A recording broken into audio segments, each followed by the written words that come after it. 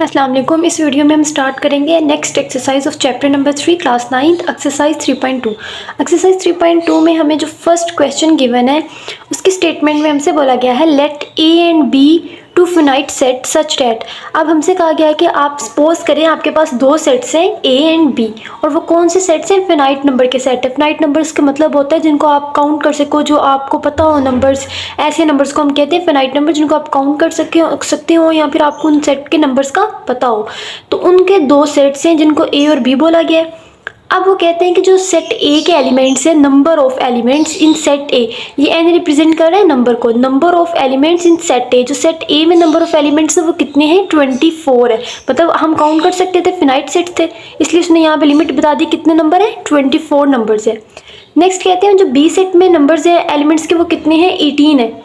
आगे वो हमसे कहते हैं कि अगर हम दोनों सेट्स का यूनियन लें, यूनियन का मतलब होता है ऑल नंबर्स, तो उन दोनों सेट्स का जब हम यूनियन लेंगे तो हमें किसके इक्वल नंबर्स मिलेंगे? 31 के। मतलब हमें number of elements in A set दिए गए हैं, number of elements in B sets में दिए गए हैं, और ए यूनियन बी बताया गया, यूनियन बी किसके इक्वल है? 31 के। और हमसे डिमांड की गई, हमने क्या फाइंड करना है? Number of elements in A intersection B. मतलब जो ये दो सेट्स थे, ये दो सेट जो थे उनका इंटरसेक्शन हमने फाइंड करना है। Number of elements in A, number of elements B, दोनों सेट्स का क्या फाइंड करना है? इंटरसेक्शन फाइंड करना है। सबसे पहले हम क्वेश्चन नंबर 1 की स्टेटमेंट से देखकर अपना डाटा राइट कर लेते हैं। क्वेश्चन नंबर 1 देखिए, स्टेटमेंट में जो डाटा था कि नंबर ऑफ ए एलिमेंट्स में कितने से एलिमेंट्स है सेट में? 24। यही हमें गिवन था 24, उसको हमने राइट कर लिया 24। फिर हमें नेक्स्ट बी गिवन था, हमने यहाँ पर सेट बी को राइट कर लिया 18, और फिर हमें ए यूनियन बी गिवन था, उसको भी हमने राइट कर लिया। यूनियन बी किसके इक्वल है? 31 के। और हमसे बोला गया था हमने फाइंड क्या करना है? ए इंटरसेक्शन बी, तो उसको हमने यहाँ लिख लिया, फाइंड करना है ए इंटरसेक्शन बी। अब देखिए इन क्वेश्चंस को सोल्व कैसे करना है। इन क्वेश्चंस को सोल्व करने के लिए हम फार्मूलाज यूज़ करेंगे। वो फार्मूलाज कौन से हैं, कहाँ से लेंगे? तो आपकी इसी बुक पे आपको इससे पहले जो एक्सरसाइज है 3.2 एक्सरसाइज से पहले एग्जाम्पल्स गिवन है, लास्ट वाले एग्जाम्पल से ऊपर आपको कुछ फार्मूलाज दिए गए हैं आपकी बुक के ऊपर। डिफरेंट कंडीशन पे डिफरेंट फार्मूलाज अप्लाई होंगे, तो वही फार्मूलाज को हमने यूज़ करना है। लेकिन उन फार्मूलाज में से अब हमें कैसे पता चलेगा कि हमें कौन सा फार्मूला यूज़ करना है? तो वो हमें हमारा डाटा देखकर पता चलेगा। नेक्स्ट इसी एग्जाम्पल को सॉल्व करते हैं तो मज़ीद क्लियर हो जाएगा। यहाँ पर देखिए हमें यूँ कुछ फार्मूलाज गिवन है जो आपकी बुक के ऊपर गिवन है। आपको एग्जाम्पल से पहले हमें फार्मूलाज गिवन है 3 फॉर्म में, 1, 2 एंड 3, 3 सेट्स की फॉर्म में गिवन है। फर्स्ट वाले देखिए, फर्स्ट वाले में ऊपर उन्होंने स्टेटमेंट लिखी है कि ये वाले सारे फार्मूलाज जो फर्स्ट सेट में 4 फार्मूलाज आपको गिवन है, ये आपने किस कंडीशन के अकॉर्डिंग यूज़ करने हैं, तो वो कंडीशन ऊपर लिखी हुई है। फर्स्ट कंडीशन हमें गिवन है, आपने ये फार्मूलाज तब यूज़ करने हैं अगर आप फाइंड करें कि आपके डाटा में कोई ऐसे दो सेट्स हैं, any 2 overlapping set A and B. मतलब आपने कोई ऐसे सेट फाइंड कर लिए हैं जो ओवरलैप आपस में कर ले। ओवरलैप का मतलब यहाँ पर है अगर उनका इंटरसेक्शन है, क्योंकि ओवरलैप कब करते हैं? जब इंटरसेक्शन हो। फॉर एग्जाम्पल अगर आपके पास कुछ इस तरह सेट है, देखिए यहाँ पर सेट था ए के ये एलिमेंट्स है, बी सेट गिवन है, बी के ये एलिमेंट्स है। अगर हम इनका इंटरसेक्शन लें तो इंटरसेक्शन का मतलब होता है कॉमन लेना। तो इन दोनों में कॉमन क्या है जो दोनों सेट्स में मौजूद है? तो ए एक ऐसा एलिमेंट है जो दोनों सेट्स में, तो यहाँ पर हमारे आंसर में क्या आएगा? ए इंटरसेक्शन बी का आंसर क्या आएगा? ए एलिमेंट। अब देखिए अगर आप इन्हीं सेट को वेन डायग्राम के थ्रू शो करो तो आप कैसे इन सेट्स को ड्रा करोगे? क्योंकि दोनों में कॉमन है।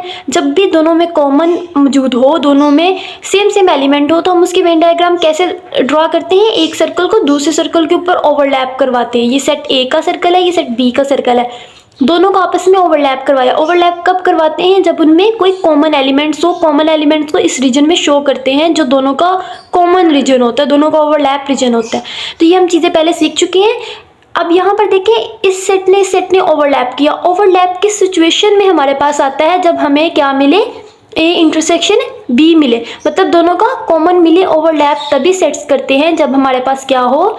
ए इंटरसेक्शन बी हो। तो इनका यहाँ कहने का मतलब है अगर आप दोनों सेट्स में ओवरलैपिंग हो तब आपने ये फार्मूलाज यूज़ करने हैं। मतलब अगर आपके डाटा में कहीं भी आपको ऐसा डाटा मिल रहा है कि ए इंटरसेक्शन बी उसमें आ रहा है, आपको ए इंटरसेक्शन बी मिल रहा है, मतलब दो सेट ओवरलैप हो रहे हैं, ओवरलैप हुए हैं तभी तो ए इंटरसेक्शन बी आया है। तो ए इंटरसेक्शन बी अगर आपके डाटा में आपको मिल जाए तो सिंपली आपने इन वाले फार्मूलाज को यूज़ करना है। अब इन फार्मूलाज में भी कौन सा फार्मूला यूज़ होगा? क्योंकि 4 फार्मूलाज है, तो वो हमें कैसे पता चलेगा? वो हमें अपने डाटा देखकर पता चलेगा। अगर आपका डाटा आपके पास यूनियन में है, दोनों एलिमेंट्स आपके पास सेट्स हैं, और ए इंटरसेक्शन बी है तो आप ये फार्मूला यूज़ करें। लेकिन अगर आपके पास डाटा इस कंडीशन में है कि आपको ए यूनियन बी नहीं, ए माइनस बी की फॉर्म में आपके पास कुछ गिवन है या कुछ फाइंड करना है आपने इस फॉर्म में, तो आप ये वाला फार्मूला यूज़ करेंगे। आप जब आपके पास सेकेंड एलिमेंट क्या हो, बी सेट हो। लेकिन अगर आपके पास फर्स्ट वाला सेट हो, जैसे सेट ए हो, तब बाकी सब ये होगा, तब आपने ये वाला फार्मूला यूज़ करना है ए सेट के लिए, ये बी सेट के लिए। इसी तरह बाकी फार्मूलाज को भी यूज़ करना है। नेक्स्ट क्वेश्चन करेंगे हम लोग और उसके ऊपर अप्लाई करेंगे, जो फार्मूला यूज़ होगा उसके अकॉर्डिंग, तो मज़ीद क्लियर हो जाएगा। इसी तरह देखिए आपके फार्मूलाज का जो सेकंड सेट आपको गिवन है, for any two sets A and B that are disjoint. अब ये वाले दो फार्मूलाज आपने कब यूज़ करने हैं, तब यूज़ करने हैं जब आपके पास सेट क्या हो, डिसजॉइंट हो। डिसजॉइंट का मतलब होता है उनमें कुछ भी कॉमन ना आए, आपको कोई भी कॉमन ना मिले। मतलब आपके पास जब यहाँ पर ए इंटरसेक्शन बी सेट में ना हो। ए इंटरसेक्शन बी तब आता है जब कोई कॉमन हो। तो अगर आपके पास डाटा में ए इंटरसेक्शन बी नहीं है आपके पास, तो आपने कौन से फार्मूलाज यूज़ करने, ये फार्मूलाज यूज़ करने। देखिए यहाँ पर कहीं पे भी ए इंटरसेक्शन बी नहीं है। अगर ए इंटरसेक्शन बी आपके डाटा में आ जाए तो आपने ऊपर वाले फार्मूलाज यूज़ करने हैं। अगर आपके पास ये सेट में नहीं है तो आपने ये वाले फार्मूलाज यूज़ करने हैं। और अगर आपके पास इन केस के 3 सेट आ जाते, यहाँ पर 2-2 सेट्स की बात थी, ए बी 2 सेट थे, लेकिन इन केस अगर आपके पास कहीं पे 3 सेट्स की बात हो रही हो, ए बी सी 3 सेट्स आ जाएं, जब भी जहाँ पर भी 3 सेट्स आ जाएंगे आपने कौन सा फार्मूला यूज़ करना है, ये फार्मूला यूज़ करना है। ये एक ही फार्मूला है किसके लिए, 3 सेट्स के लिए। अब हमने इन्हीं फार्मूलाज को अप्लाई करना है अपने क्वेश्चंस के ऊपर। तो क्वेश्चन नंबर 1 में देखें जो डाटा गिवन है, सबसे पहले तो देखिए कौन सा फार्मूला लगेगा, कौन सा सेट लगेगा उसके ऊपर। तो जो हमें डाटा गिवन था हमारे क्वेश्चन में, उसमें हमें क्या गिवन है, ए इंटरसेक्शन बी। हमने क्या फाइंड करना है, ए इंटरसेक्शन बी फाइंड करना है। मतलब हमारे डाटा में हमें क्या चीज़ मिल रही है, इंटरसेक्शन मिल रहा है, ओवरलैप मिल रहा है। ओवरलैपिंग इंटरसेक्शन तभी होता है जब ओवरलैपिंग हो, जिसका मतलब हमें यहाँ ओवरलैपिंग मिल रही है। ओवरलैपिंग मिले तो हमने कौन सा सेट यूज़ करना होता है, ओवरलैप वाला सेट यूज़ करना है, फर्स्ट वाला। अब उसमें 4 फार्मूलाज हैं, चारों में से कौन सा यूज़ करेंगे वो भी अपने डाटा से देखें। डाटा में देखें, एक तो इंटरसेक्शन बी आपने फाइंड करना है, ए भी आपके पास है, बी भी आपके पास है, यूनियन भी आपके पास है। अब यहाँ पर ज़रा देखें, तीनों फार्मूलाज आपके सामने, चारों फार्मूलाज। इसमें देखिए फर्स्ट वाला यूनियन आपके पास है, ए सेट भी आपके पास है, बी सेट भी आपके पास है, इंटरसेक्शन आपने फाइंड करना है। तो क्या हम ये फार्मूला अप्लाई कर सकते हैं, तीनों चीज़ें हमारे पास है, बस एक को फाइंड करना है। नेक्स्ट भी देख लेते हैं। नेक्स्ट देखिए आपके पास ए माइनस बी है, हमारे पास डाटा में ए माइनस बी है ही नहीं है। नेक्स्ट भी ए माइनस बी हमारे पास डाटा में नहीं है। थर्ड वाले में भी ए माइनस बी है, जबकि हमारे पास डाटा में भी नहीं है और हमें फाइंड भी नहीं करना। इसका मतलब ओवरलैपिंग रीजन में कौन सा फार्मूला यूज़ होगा, फर्स्ट वाला यूज़ होगा। हम पहले ये लिखेंगे यूनियन बी, सेट ए को यूनियन लेंगे, फिर सेट ए को लिखेंगे, फिर नेक्स्ट हम सेट बी को लिखेंगे और इसके बाद इन दोनों का इंटरसेक्शन फार्मूले में लिखेंगे। अब इसी फार्मूला को यूज़ करेंगे, क्वेश्चन नंबर 1 कंप्लीट करेंगे। यहाँ पर देखिए हमने फार्मूला राइट कर लिया, अपने डाटा के अकॉर्डिंग हमने फार्मूला चूज़ किया और उसको राइट कर लिया। अब इस फार्मूला में आपने जस्ट क्या करना है, डाटा इंसर्ट करना है, जो आपके डाटा में गिवन है आपको वैल्यूज़, उसको इस फार्मूले में इंसर्ट करना और ए इंटरसेक्शन बी को फाइंड कर लेना है। ये चीज़ फाइंड करनी थी। ए यूनियन बी हमें गिवन है, किसके इक्वल गिवन है, 31 के इक्वल। हम यहाँ क्या लिखेंगे, 31 is equal to set A के एलिमेंट्स कितने हैं, 24, तो हम 24 यहाँ लिखेंगे, प्लस सेट बी के एलिमेंट्स कितने हैं, 18, तो हम यहाँ 18 लिखेंगे, minus n A intersection B हमने क्या करना, फाइंड करना, तो ये एज इट आ जाएगा। अब देखिए इन दोनों को सॉल्व करेंगे, 24 और 18 को ऐड करने के बाद हमारे पास यहाँ आंसर आ जाएगा 42। 24 plus 18 equal to 42, minus n A intersection B is equal to 31। अब देखिए हमें क्या चाहिए, हमें नंबर ऑफ एलिमेंट्स किसमें चाहिए, ए इंटरसेक्शन बी में ये चीज़ चाहिए। हमने ये चीज़ फाइंड करनी है, इसको हम इस तरफ ले आएंगे, इक्वल के इस साइड पे ले आए। इस चीज़ को, जिस चीज़ को फाइंड करना होता है उस चीज़ को हमने सेपरेट करना होता है। तो देखें यहाँ पर आप इस चीज़ को उठाकर इस साइड पे ले आए, तो हमारे पास क्या बन जाएगा, ये इस तरफ माइनस हो रहा है, इधर आकर क्या हो जाएगा, प्लस हो जाएगा। 31 plus n A intersection B is equal to 42। अब देखिए इस चीज़ को उठाकर इधर लाने के एक मकसद ये भी था, यहाँ पर ये नेगेटिव में था, तो हमने इसको इस तरफ लाकर पॉजिटिव में कर दिया। अब नेक्स्ट देखिए हमारे पास इस चीज़ को फाइंड करना है, इस चीज़ को हमने सेपरेट करना होता है। इधर 31 है, 31 इस तरफ आकर क्या हो जाएगा, इधर प्लस हो रहा है, इसके साथ इधर आकर माइनस हो जाएगा। तो 42 में से माइनस 31, तो पीछे ये जस्ट ये रह जाएगा number of elements in A intersection B. तो 42 में से 31 को माइनस करें तो हमारे पास आंसर आएगा 11। तो इसका मतलब number of elements in A intersection B में हमारे पास कितने हैं, 11। तो हमारा फाइनल आंसर क्या आएगा, 11। नेक्स्ट देखिए हमारे पास क्वेश्चन नंबर 2। क्वेश्चन नंबर 2 में हमें स्टेटमेंट गिवन है, if number of elements in A minus B is equal to कितने हैं 23। हमें क्या सेट दिया गया है ए माइनस बी और उसमें कितने एलिमेंट्स हैं 23। इसी तरह हमें ए यूनियन बी गिवन है, ए यूनियन बी में नंबर ऑफ एलिमेंट्स कितने हैं 44। ए इंटरसेक्शन बी किसके इक्वल है 2 के इक्वल है। आपने क्या फाइंड करना है, then find B minus A, number of elements in B minus A. हमें यहाँ ए माइनस बी गिवन है, हमने फाइंड क्या करना है बी माइनस ए को फाइंड करना है। और एक और चीज़ फाइंड करनी है, वो क्या है number of elements in B. B set में नंबर ऑफ एलिमेंट्स कितने होंगे वो भी फाइंड करने हैं और बी माइनस ए को भी फाइंड करना है। अब हमें यहाँ पर एक हिंट गिवन है, मतलब एक फार्मूला गिवन है जो हमें गिवन है, number of elements in B is equal to A intersection B plus B minus A. अब देखें जरा इस फार्मूले में दो ऐसी चीज़ें हैं जो अननोन है, हमने फाइंड करनी है। एक तो बी ए फाइंड करना है, दूसरी चीज़ ये वाली बी माइनस ए को फाइंड करना है। ए इंटरसेक्शन बी हमें गिवन है जो कि 2 है।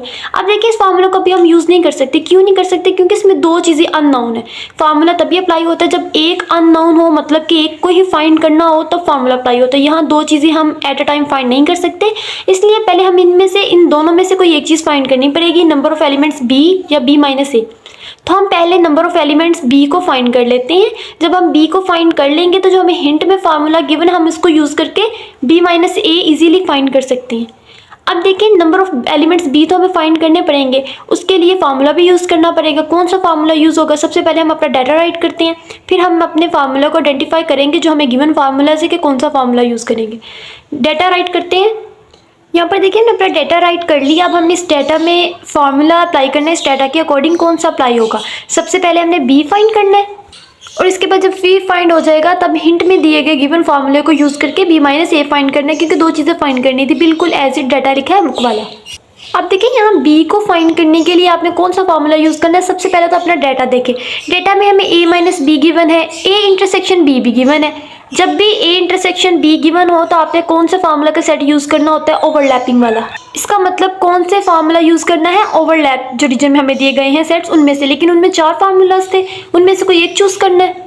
ये ओवरलैपिंग वाले सेट में हमें फार्मूलाज गिवन है 4, इनमें से वो यूज़ करना है जिसमें हमें क्या फाइंड करना था, एलिमेंट बी सेट फाइंड करना था, बी सेट के एलिमेंट्स। तो यहाँ पर देखिए 4 फार्मूलाज में हमारे पास N B number of elements in B किधर है, क्योंकि हमें ये चीज़ चाहिए फाइंड करने के लिए। जब फाइंड ये करना है तो फार्मूला भी वही चूज़ करना है जिसके अंदर ये प्रेजेंट हो। तो फर्स्ट वाला फार्मूला जिसके पास नंबर ऑफ एलिमेंट्स बी है, लेकिन ये वाला है तो सही, लेकिन इसके साथ साथ इस फार्मूला में नंबर ऑफ एलिमेंट्स ए भी है। हमारे पास नंबर ऑफ एलिमेंट्स ऑफ ए नहीं है।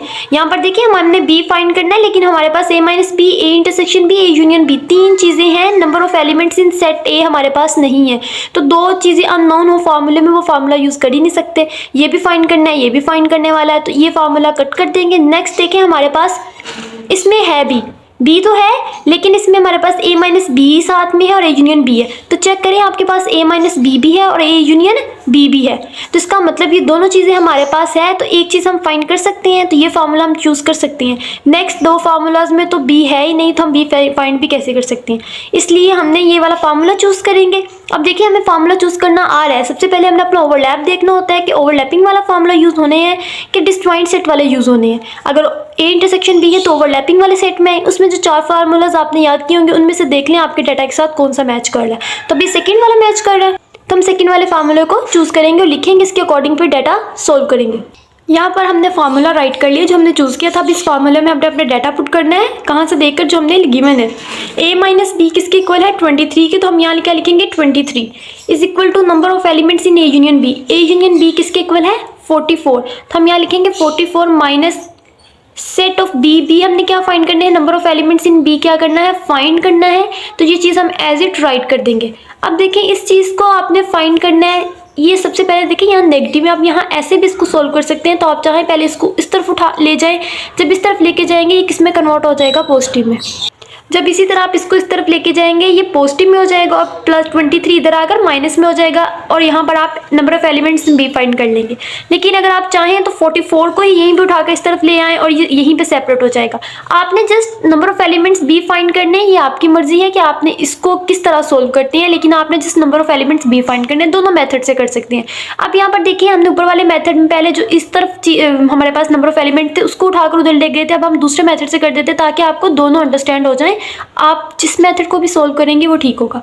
अब देखिए यहाँ पर minus number of elements in B, इसको सेपरेट करना है, मतलब इसको फाइंड करना है। इसके साथ क्या है 44, 44 को हम क्या करेंगे उस तरफ ले जाएंगे। देखिए 44 के साथ यहाँ साइन किस चीज़ का है, पॉजिटिव का, और जब हम इसको इस तरफ लेकर आएंगे तो वो किस में कन्वर्ट हो जाएगा, इसका साइन नेगेटिव में, क्योंकि साइन रिवर्स हो जाते हैं। इस तरफ पॉजिटिव में है तो इधर आकर नेगेटिव में, और इस तरफ हमारे पास माइनस, इसके साथ नंबर ऑफ एलिमेंट्स बी के साथ क्या साइन था, नेगेटिव का, तो नेगेटिव एज इट ही रहेगा। अब देखें 23 प्लस का है, ये माइनस का, प्लस माइनस माइनस होता है तो हम 44 में से 23 को माइनस कर देंगे। जब हम माइनस करेंगे तो हमारे पास यहाँ पर आंसर आएगा 21। अब देखिए 44 में से माइनस करें 23 को तो हमें 21 आंसर में मिलेगा। लेकिन इस 21 के साथ साइन कौन सा आएगा, तो साइन कैसे हम चूज करते हैं, जो हमारे पास बड़ी वैल्यू के साथ साइन होता है। यहाँ देखिए बड़ी वैल्यू क्या है 44, तो 44 के साथ क्या साइन है, नेगेटिव का, तो इसलिए यहाँ साइन क्या आ जाएगा, नेगेटिव का, इज इक्वल टू इस साइड पे क्या था -NB। अब देखिए इधर भी नेगेटिव है, इधर भी नेगेटिव है, इक्वल के दोनों साइड पे सेम चीज़ हो तो वो क्या हो जाती है, कैंसिल हो जाती है। तो इस तरफ हमारे पास 21 नंबर ऑफ एलिमेंट्स बी, तो हमारे पास आंसर क्या आएगा कि number of elements in B किसके इक्वल है, 21 के इक्वल है। अब देखिए हमें डाटा में दो चीज़ें फाइंड करनी थी, number of elements in B, और हमें एक और चीज़ फाइंड करनी थी B-A। ये चीज़ तो हमने फाइंड कर ली, नंबर ऑफ एलिमेंट्स बी, लेकिन ये चीज़ रह गई है B-A, इसको फाइंड करना है। इसको हम कैसे फाइंड करेंगे, कौन सा फार्मूला लगाएंगे, जो हमें हिंट गिवन था वो फार्मूला यूज़ करेंगे। हिंट में हमें ये चीज़ गिवन थी, हम इसी को पहले लिखेंगे, इसमें फिर वैल्यूज़ पुट करके इसको फाइंड कर लेंगे। तो हिंट वाला फार्मूला यहाँ पर देखिए हमारे पास क्या था, नंबर ऑफ एलिमेंट्स किस में है, बी में, is equal to number of elements A intersection B plus number of elements B-A। ये कौन सा फार्मूला है, जो हमें हिंट में गिवन था वही फार्मूले को हमने जस्ट राइट किया। अब इसके अकॉर्डिंग डाटा इंसर्ट कर दें। B हमारे पास किसके इक्वल आया है, 21 के, 21 पुट करेंगे। A इंटरसेक्शन B हमारे पास क्या है, A इंटरसेक्शन B हमें 2 गिवन है, A इंटरसेक्शन B ऊपर देखें डाटा में हमें 2 गिवन था, तो हम यहाँ पर 2 राइट कर देंगे इंटरसेक्शन B की जगह पर, प्लस B-A तो हमें फाइंड करना था, तो हम यहाँ पर नंबर ऑफ एलिमेंट्स B-A क्या लिखेंगे, एज इट लिखेंगे, इसको हमने फाइंड करना है। अब देखिए इस चीज़ को आपने फाइंड करना है, इसको एक साइड पे रहने दे, बाकी सारे डाटा को उठाकर दूसरी तरफ ले जाए। इसके साथ इधर क्या है 2 है, किस चीज़ का है, प्लस का, इधर आकर क्या हो जाएगा, वो माइनस में कन्वर्ट हो जाएगा, साइन चेंज हो जाएगा, इधर प्लस है तो इधर आकर माइनस में, इस साइड पे सेम B-A एज इट आ जाएगा। नेक्स्ट देखिए 21 - 2, 21 में से 2 को सब्सट्रैक्ट कर देंगे तो हमारे पास आंसर क्या आएगा 19, और इस साइड पे नंबर ऑफ एलिमेंट्स B-A। अब देखिए हमें दो चीज़ें फाइंड करने के लिए बोली गई थी, एक तो B के एलिमेंट्स और दूसरी साइड पे हमें नंबर ऑफ B-A, तो हमने दोनों को फाइंड कर लिया है। B हमारे पास आया है 21 और नंबर ऑफ एलिमेंट्स B-A किसके इक्वल है, 19 के इक्वल है। यहाँ तक ये क्वेश्चन कंप्लीट हो गया, क्वेश्चन नंबर 2। नेक्स्ट देखिए हमारे पास क्वेश्चन नंबर 3। क्वेश्चन नंबर 3 में हमें स्टेटमेंट गिवन है, in a group of 30 mathematics students, 30 students का ग्रुप है, किस चीज़ के, मैथ्स के स्टूडेंट का, जिसमें से 20 स्टूडेंट्स किस चीज़ को पसंद कर रहे हैं, like algebra, 20 like algebra, 20 students किस चीज़ को पसंद कर रहे हैं, अलजबरा को पसंद कर रहे हैं, and 15 like both geometry and algebra, और 15 ऐसे स्टूडेंट हैं जो ज्योमेट्री को भी पसंद करते हैं और अलजबरा को भी पसंद करते हैं। पहली चीज़ देखिए हमारे पास एक, फॉर एग्जाम्पल समझिए एक मैथ्स के स्टूडेंट्स का ग्रुप है, ये मैथ्स के स्टूडेंट्स हैं, इनका ग्रुप है। मैथ में अब 2 पोर्शन है, किस चीज़ के, एक तो अलजबरा के और दूसरे किस चीज़ के, ज्योमेट्री के। G रिप्रेजेंट कर रहा है ज्योमेट्री को, A रिप्रेजेंट कर रहा है अलजबरा को। देखिए एक ही ग्रुप है, उसमें कितने पोर्शन है, एक अलजबरा का है, दूसरा ज्योमेट्री का है। कहते हैं जो 30 स्टूडेंट्स का ग्रुप था, 30 स्टूडेंट में से, उनमें से कुछ स्टूडेंट्स 20 स्टूडेंट्स हैं जो किस चीज़ को पसंद कर रहे हैं, अलजबरा को पसंद कर रहे हैं। और इसी तरह 15 स्टूडेंट्स ऐसे हैं जो दोनों चीज़ों को पसंद करें, ज्योमेट्री को भी और अलजबरा को भी पसंद करें। वो कितने हैं, 15 स्टूडेंट ऐसे हैं जो दोनों चीज़ों को पसंद करें। अब देखिए दोनों चीज़ों को पसंद करना, बोथ की बात हो रही है, तो इन दोनों में से कोई कॉमन लिया गया ना उन स्टूडेंट्स का, मतलब जो अलजबरा को पसंद करते थे और इनमें कुछ ऐसे स्टूडेंट्स हैं जो दोनों चीज़ों को पसंद करते थे। तो हमने क्या किया, 20 स्टूडेंट है तो इस तरह 20 स्टूडेंट्स खड़े हैं, तो हमने उनमें से वो स्टूडेंट चूज कर लिए जो दोनों चीज़ों को पसंद करते हैं। जो सिर्फ अलजबरा को पसंद कर दिए थे उनको साइड पे कर दिया, ज्योमेट्री को जो पसंद करते थे और अलजबरा दोनों को पसंद करते थे उन दोनों को कॉमन लेकर बाहर निकाल दिया। अब ये क्या लिया गया है, इन दोनों पोर्शन में कॉमन लिया गया, मतलब 15 ऐसे स्टूडेंट्स हैं जो ज्योमेट्री को भी पसंद कर रहे हैं और हमारे पास अलजबरा को भी पसंद कर रहे हैं। और जब भी कॉमन की बात हो तो वहाँ पर क्या लिया जाता है, इंटरसेक्शन, क्योंकि इंटरसेक्शन एक ऐसा पार्ट है जो कॉमन लेकर आता है। इसका मतलब जब हमने अलजबरा के स्टूडेंट का इंटरसेक्शन किसके साथ लिया, ज्योमेट्री के स्टूडेंट के साथ, तो हमें क्या मिला, 15 मिले स्टूडेंट ऐसे जो दोनों चीज़ों को पसंद करते हैं, जो दोनों में प्रेजेंट थे। तो कॉमन लिया गया ना, दे लाइक बोथ सब्जेक्ट को पसंद करते थे, तो कॉमन लिया गया। कॉमन हमेशा किस चीज़ को रिप्रेजेंट करता है, इंटरसेक्शन को। इसका मतलब इस डाटा को आपने खुद राइट करना है, खुद किस फॉर्म में बनाना है, जैसे आपको ऊपर वाले क्वेश्चन में गिवन था, इंटरसेक्शन की फॉर्म में, यूनियन की फॉर्म में। आपने इस स्टेटमेंट को अंडरस्टैंड करना है, अंडरस्टैंड करके आपने डाटा को किस में कन्वर्ट करना है, इस तरह की फॉर्म्स में, ए इंटरसेक्शन, ए यूनियन। इसलिए यहाँ पर डाटा को अंडरस्टैंड करना बहुत ज़रूरी है। सबसे पहले देखें, जब भी दो चीज़ों की बात हो कि दे लाइक बोथ सब्जेक्ट्स, तो बोथ जो होता है वो हमेशा कैसे आता है, इंटरसेक्शन लेकर। तो यहाँ पर देखिए हमें इंटरसेक्शन मिलेगा अलजबरा और ज्योमेट्री का। ऊपर हम ए बी यूज़ कर रहे थे, अब ए बी की जगह हम अपने डाटा के अकॉर्डिंग अल्फ़ाबेट यूज़ करेंगे, अलजबरा से ए और ज्योमेट्री से जी। तो अलजबरा और ज्योमेट्री के लिए हमने यहाँ चूज़ कर लिया। उन दोनों का इंटरसेक्शन लेंगे तो हमें क्या मिलेगा, 15। अब देखिए 20 स्टूडेंट ऐसे हैं जो सिर्फ अलजबरा को लाइक करते हैं। नेक्स्ट हमसे कहा गया है कि आप अपने इस डाटा को आपने कैसे शो करना है, through the Venn diagram. Venn diagram भी बनानी है इस डाटा के ऊपर, और फिर उसमें क्या फाइंड करना है, how many students like geometry, कितने स्टूडेंट है जो सिर्फ ज्योमेट्री को पसंद करते हैं। जैसे 20 स्टूडेंट किस चीज़ को पसंद करें, अलजबरा को, 15 दोनों को पसंद करें। हमने फाइंड उसमें से करना है कि जो सिर्फ ज्योमेट्री को पसंद कर रहे हैं वो कितने स्टूडेंट्स हैं। जैसे 20 स्टूडेंट सिर्फ अलजबरा को पसंद करते हैं, इसी तरह हमने ज्योमेट्री के स्टूडेंट्स को फाइंड करना है। सबसे पहले हम अपना डाटा राइट करेंगे, स्टेटमेंट से देखकर फिर अंडरस्टैंड करना इजी हो जाएगा। यहाँ पर देखें 20 students, number of students who like algebra, number of students like algebra. देखें यहाँ पर अलजबरा को ए से रिप्रेजेंट करें, अलजबरा को लाइक करते हैं वो कितने हैं, 20, तो हम यहाँ 20 लिख देंगे। 15 student like both geometry and algebra. अब देखें अलजबरा और ज्योमेट्री दोनों को लाइक करने वाले स्टूडेंट्स हैं, तो वो कैसे निकलेंगे, इंटरसेक्शन लेकर ही निकलेंगे, कॉमन की बात की गई है। तो हमने ये इंटरसेक्शन शो करना है, कितने हैं, 15 स्टूडेंट्स हैं जो अलजबरा और ज्योमेट्री दोनों को लाइक करते हैं, तो इंटरसेक्शन की फॉर्म में आएगा। अब देखें यहाँ पर 30 मैथमेटिक्स स्टूडेंट्स हैं। मैथ में कितने पोर्शन आ रहे हैं, अलजबरा और ज्योमेट्री, मतलब कि उसने कहा 30 स्टूडेंट है किस चीज़ के, मैथ्स के। मैथ में कितने पोर्शन, एक अलजबरा का और एक ज्योमेट्री का, मतलब अलजबरा के स्टूडेंट और ज्योमेट्री के दोनों के स्टूडेंट्स को मिलाकर कितने बनते हैं, 30 स्टूडेंट्स हैं। मैथ 2 पोर्शन में डिवाइड है, अलजबरा और ज्योमेट्री में, तो अलजबरा के स्टूडेंट को भी काउंट किया जाएगा, ज्योमेट्री के स्टूडेंट को भी काउंट किया जाएगा। इन दोनों को काउंट कर कर किन के स्टूडेंट्स आएंगे, 30 स्टूडेंट आएंगे, और उसको किससे लिंक किया गया, मैथ्स से। मतलब दोनों के स्टूडेंट काउंट करके ही 30 स्टूडेंट्स बनेंगे ना। तो जब दोनों के स्टूडेंट्स को काउंट किया जाए तो उस डाटा को किस फॉर्म में शो किया जाता है, कब, जब हम यूनियन लेंगे, अलजबरा और ज्योमेट्री दोनों के क्या लेंगे, यूनियन लेंगे। अलजबरा और ज्योमेट्री के स्टूडेंट्स का हम यूनियन फाइंड करेंगे, तो हमें तभी ही सारे स्टूडेंट्स मिलेंगे जो किसके इक्वल है, 30 के इक्वल है। मतलब कि जब यूनियन का मतलब होता है ऑल स्टूडेंट्स, ऑल एलिमेंट्स का आ जाना। तो जब हम ए और जी का मतलब अलजबरा और ज्योमेट्री का यूनियन लेंगे, तो जो अलजबरा के स्टूडेंट होंगे वो भी उसमें आ जाएंगे, जो ज्योमेट्री के स्टूडेंट होंगे वो भी आ जाएंगे। जब दोनों स्टूडेंट आ जाएंगे तो वो मिलके किस चीज़ के स्टूडेंट बन जाएंगे, मैथ्स के स्टूडेंट बन जाएंगे, जो किसके इक्वल है, 30 के इक्वल है। इसलिए हमने अपने यहाँ पर in a group of 30 mathematics student को कैसे लिखा कि मैथमेटिक्स में जितने पोर्शन थे अलजबरा और ज्योमेट्री को, उन दोनों को यूनियन लेंगे तो किसके इक्वल आ जाएंगे, 30 के इक्वल आ जाएंगे। अब हमें 3 चीज़ें तो मिल गई डाटा के अकॉर्डिंग, लेकिन हमने फाइंड क्या करना है, how many student like geometry, मतलब हमने नंबर ऑफ कौन से स्टूडेंट फाइंड करने हैं, जी से ज्योमेट्री को रिप्रेजेंट करने हैं कि जो सिर्फ और सिर्फ ज्योमेट्री को पसंद करते हो। हमने नंबर ऑफ स्टूडेंट फाइंड करने हो लाइक से ज्योमेट्री, और अपने डायग्राम को कैसे शो करना है, थ्रू वेन डायग्राम, मतलब हमने अपने डाटा के ऊपर वेन डायग्राम भी बनानी है। सबसे पहले हम यहाँ पर अपने सोल्यूशन स्टार्ट करने से पहले देख लेते हैं कि हम अपने नंबर ऑफ एलिमेंट्स इन जी, मतलब कि जो हमें ज्योमेट्री में स्टूडेंट्स उसको कैसे फाइंड करेंगे। देखिए फॉर्मूला आपने वही यूज़ करने जो आपको गिवन है, लेकिन अब डाटा के अकॉर्डिंग जस्ट आप ये समझ ले, यहाँ पर देखिए ए इंटरसेक्शन जी लिखा हुआ था, आपके डाटा में फॉर्मूले में क्या यूज़ किया हुआ है, ए और बी यूज़ किया गया।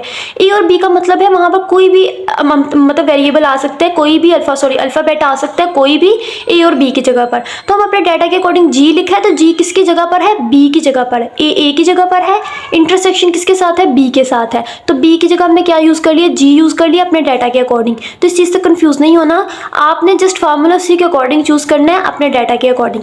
अब देखें डाटा में हमें क्या फाइंड करना है, नंबर ऑफ एलिमेंट्स इन जी, मतलब कि जी को किसकी जगह पर रखा हुआ है, बी, मतलब हमने बी सेट फाइंड करना है। अब देखें यहाँ पर इस फार्मूला को चूज़ करने से पहले पर डाटा देखें, डाटा में हमारे पास क्या पार्ट है, इंटरसेक्शन का पार्ट है। इंटरसेक्शन है डेटा में, जब भी इंटरसेक्शन हो तो कौन से पोर्शन पे जाना होता है, ओवरलैपिंग रीजन में, क्योंकि इंटरसेक्शन क्या होता है, ओवरलैपिंग। अभी हमने क्वेश्चन नंबर 1 में इस चीज़ को अंडरस्टैंड किया है। तो हमारे पास सेट 1 ये रहा जिसमें ओवरलैपिंग के फार्मूला, ओवरलैपिंग सेट, इसमें 4 फार्मूलाज हैं, चारों फार्मूला में कौन सा फार्मूला यूज होगा। तो सबसे पहले देखिए आपके डाटा में a माइनस बी है ही नहीं है, मतलब a की जगह पर तो a अलजबरा आ जाएगा, b की जगह पर हम क्या ले रहे हैं, g ले रहे हैं ज्योमेट्री को रिप्रेजेंट करने के लिए। तो a माइनस b की जगह क्या बन जाएगा, g, a माइनस g। तो देखें यहाँ पर a माइनस g तो आपके डाटा में है ही नहीं, तो लास्ट वाले तीनों फार्मूलाज कट हो जाएंगे क्योंकि तीनों में ही a माइनस b यूज है। b की जगह हम क्या ले रहे हैं, g ले रहे हैं, इस चीज़ से कंफ्यूज नहीं होना। a माइनस b ये नहीं है हमारे पास, तो हम इस चीज़ को कट कर देंगे, पीछे जस्ट एक फार्मूला रह जाएगा। उस फार्मूले को देखो वो सेटिस्फाई हो रहा है हमारे डाटा के ऊपर। a यूनियन b हमारे पास है, a union b, a union b, b की जगह हमने क्या लिखा है, g लिखा है, फार्मूला वही है, तो a यूनियन g हमारे पास है। नेक्स्ट देखिए a है, सेट a भी है, b सेट हमारे पास, b की जगह हमने g लिखा हुआ है, तो b हमने क्या करना है, फाइंड करना है।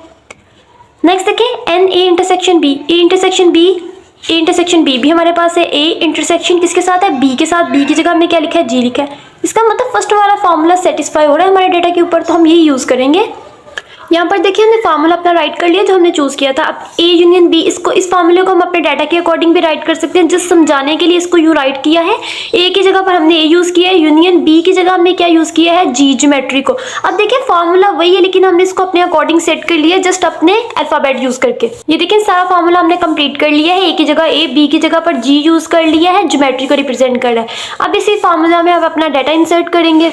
अब देखिए a यूनियन g हमारे पास गिवन है, किसके इक्वल है, 30 के। हम यहाँ 30 लगाएंगे। a हमारे पास किसके इक्वल है, 20 के, डाटा में 20 लगाएंगे। Number of elements in geometry g में हमने क्या करने हैं, फाइंड करने हैं। a इंटरसेक्शन g हमें गिवन है जो किसके इक्वल है, 15 के इक्वल है, तो हम यहाँ क्या राइट करेंगे, 15 राइट करेंगे। अब देखिए हमें ये चीज़ फाइंड करनी, इस चीज़ को एक साइड पे रहने देंगे, बाकी सारे डाटा को हम दूसरी तरफ लेकर जाकर सोल्व करेंगे। यहाँ पर देखें 20 प्लस का है, ये माइनस का 15 है, प्लस माइनस माइनस 20 में से 15 को निकालेंगे, पीछे हमारे पास क्या आंसर आएगा, 5 प्लस n और यहाँ पर g। अब देखिए यहाँ पर इस तरफ हमारे पास 30 एज इट आ जाएगा। अब ये फाइंड चीज़ करनी है, नंबर ऑफ एलिमेंट ज्योमेट्री के स्टूडेंट्स को जो लाइक करते हैं। अब इस डेटा को एक तरफ रहने देंगे और बाकी डेटा दूसरी तरफ ले जाएंगे। देखें यहाँ पर 30, ये इस तरफ प्लस का 5 है, इधर आकर माइनस का 5 हो जाएगा, और यहाँ पर n और g ये एज इट आ जाएगा। 30 में से 5 को हम माइनस करें तो हमारे पास आंसर आएगा 25 is equal to number of elements who like geometry, number of students who like geometry किसके इक्वल हमारे पास आए हैं, 25। तो 25 ऐसे स्टूडेंट्स हैं जो किस चीज़ को लाइक करते हैं, ज्योमेट्री को लाइक करते हैं। अब देखिए इस डाटा को हमने शो कर लिया, ये चीज़ फाइंड करनी थी, जो स्टूडेंट्स ज्योमेट्री को लाइक करते हैं वो कितने स्टूडेंट्स हैं, 25। अब हमने अपने सारे जो गिवन डाटा था और जो हमने फाइंड किए सारे डाटा को किसके थ्रू शो करना है, वेन डायग्राम के थ्रू इस डाटा को शो करना है, रिप्रेजेंट करेंगे। सबसे पहले हम देखें यहाँ पर हमारे पास एक ज्योमेट्री है, दूसरी किस चीज़ की बात की गई है, अलजबरा की बात की गई है। यहाँ पर 2 सेट है हमारे पास, एक अलजबरा का, दूसरा किस चीज़ का, ज्योमेट्री का। तो हम 2 सर्कल ड्रा कर लेंगे, एक अलजबरा के लिए और एक ज्योमेट्री के लिए, और फिर उसमें डाटा इंसर्ट करेंगे। यहाँ पर देखिए हमने वेन डायग्राम शो की है, एक अलजबरा और दूसरा ज्योमेट्री। देखिए यहाँ इन दोनों सर्कल को हमने ओवरलैप करवाया। ओवरलैप क्यों करवाया, क्योंकि हमारे पास इंटरसेक्शन था, a इंटरसेक्शन g। इंटरसेक्शन तभी आता है जब कुछ कॉमन हो, जब कोई ना कोई रीजन आपस में ओवरलैप करो। जब भी इंटरसेक्शन आएगा तो वेन डायग्राम कैसे बनेगी, ओवरलैप की फॉर्म में बनेगी, इस बात को याद रखिएगा। इसलिए हमने यहाँ पर दोनों सेट्स को ओवरलैप करवाया है, क्योंकि इसमें हम क्या लिखेंगे, जो इंटरसेक्शन हमें गिवन है जितने एलिमेंट्स वो लिखेंगे। ये सर्कल अलजबरा को रिप्रेजेंट कर रहा है, ये सर्कल ज्योमेट्री को, और बाकी सारा किस चीज़ को रिप्रेजेंट कर रहा है, यूनिवर्सल सेट। यूनिवर्सल सेट का मतलब होता है ए और जी, इनमें जितने एलिमेंट्स हैं वो सारे के सारे किस में आ रहे हैं, यू में आ रहे हैं। यूनिवर्सल सेट इस चीज़ को कहते हैं। अब देखिए यहाँ पर हमने डाटा इंसर्ट करना है। सबसे पहले ओवरलैप रीजन का डाटा लिखे। ओवरलैप रीजन क्या होता है, ए इंटरसेक्शन जी। तो यहाँ देखें ए इंटरसेक्शन जी किसके इक्वल है, 15 के। तो हम डाटा में क्या राइट करेंगे, यहाँ पर ओवरलैपिंग रीजन में 15 को लिखेंगे। अब देखिए 15 ऐसे स्टूडेंट्स हैं जो अलजबरा भी पसंद करते हैं, ज्योमेट्री भी पसंद करते हैं। तो 15 स्टूडेंट्स निकल जाएंगे जो अलजबरा को पसंद करते थे। फॉर एग्जांपल यहाँ पर देखें अलजबरा हमारे पास कितने हैं, 20 स्टूडेंट्स हैं जो अलजबरा को पसंद करते हैं। अब हम ए सेट में, अलजबरा के सेट में क्या लिखेंगे, 20 स्टूडेंट्स लिखेंगे जो अलजबरा को पसंद करते हैं। लेकिन देखें यहाँ पर अलजबरा पसंद करने वाले स्टूडेंट्स कितने हैं, 20 स्टूडेंट्स हैं। लेकिन उन 20 स्टूडेंट्स में से 15 तो ऐसे स्टूडेंट्स हैं जो दो चीज़ों को पसंद करते हैं, अलजबरा को भी और ज्योमेट्री को भी पसंद करते हैं, दोनों चीज़ों को पसंद करते हैं। तो यहाँ पर 15 स्टूडेंट्स ऐसे हैं जो दोनों चीज़ों को पसंद करते हैं, अलजबरा और ज्योमेट्री को। हमें तो ए सर्कल में वो वाले स्टूडेंट्स लिखने जो सिर्फ और सिर्फ एक चीज़ को पसंद करती है, और वो चीज़ कौन सी, अलजबरा को पसंद करती हो। लेकिन यहाँ 20 में से 15 स्टूडेंट्स तो ऐसे हैं जो कि अलजबरा और ज्योमेट्री दोनों को पसंद करने हैं। सर्कल में हमें सिर्फ वो लिखना है जो एक चीज़ को पसंद करती है, वो क्या चीज़ है, अलजबरा।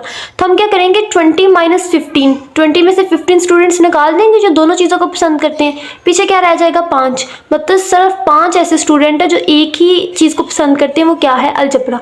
तो हम यहाँ पर लिखेंगे 5 ऐसे स्टूडेंट है जो किस चीज़ को पसंद करते हैं, अलजबरा को पसंद करते हैं।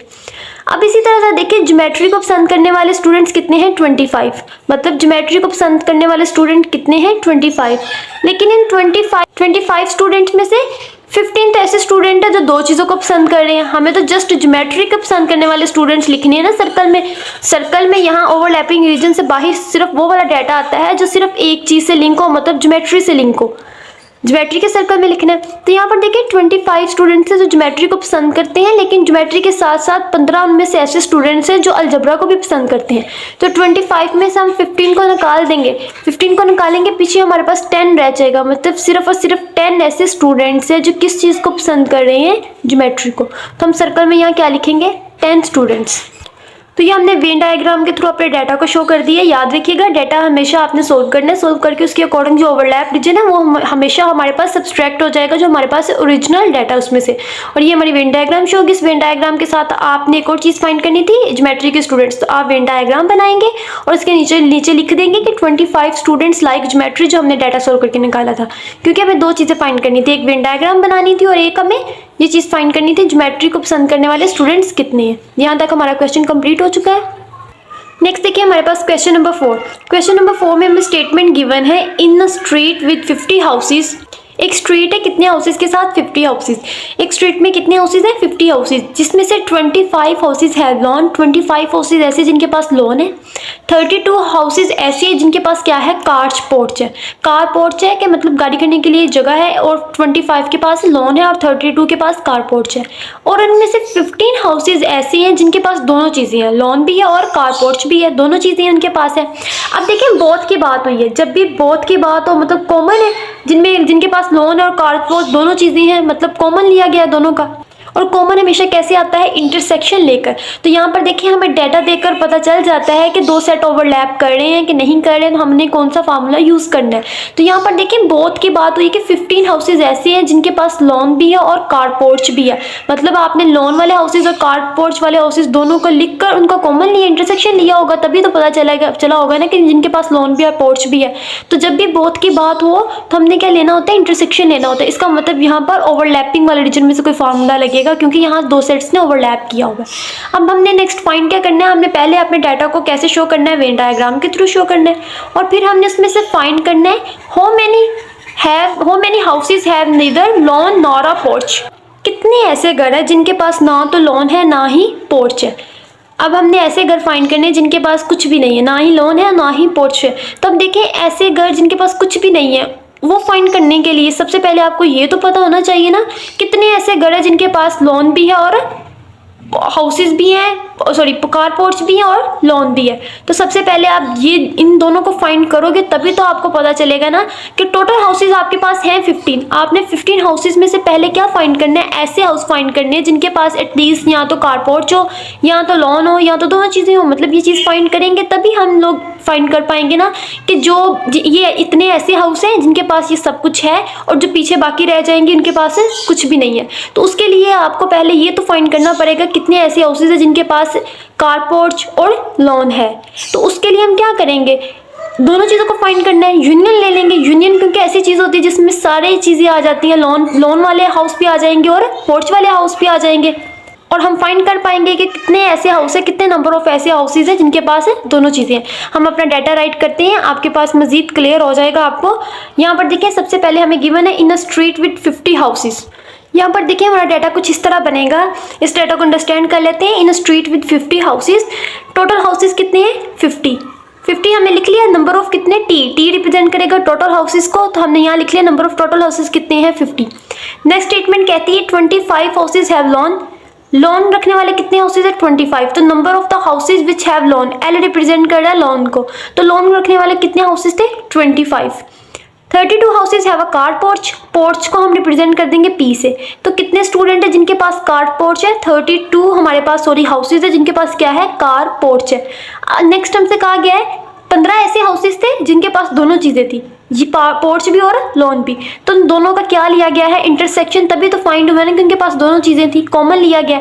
तो कॉमन कैसे लिया जाता है, इंटरसेक्शन लेके हम इन दोनों का इंटरसेक्शन ले लेंगे तो हमारे पास क्या आ जाएगा 15 हाउसेज आ जाएंगे। अब हमसे कहा गया इस डाटा को वेन डायग्राम के थ्रू शो भी करना है और आपने क्या फाइंड करना है कितने ऐसे हाउसेज है जिनके पास कुछ भी नहीं है। तो अब देखें ये फाइंड करने के लिए कि टोटल में से कितने ऐसे हाउसेज है जिनके पास कुछ भी नहीं है, अगर हमें ये पता चल जाए कि कितने ऐसे हाउसेज है जिनके पास पोर्च और लॉन है, दो चीज़ें हैं, तो हम फाइंड कर सकते हैं कि वो इतने हाउसेज हैं जिनके पास ये दोनों चीज़ें हैं, तो जो बाकी रह जाएंगे उनके पास कुछ भी नहीं है।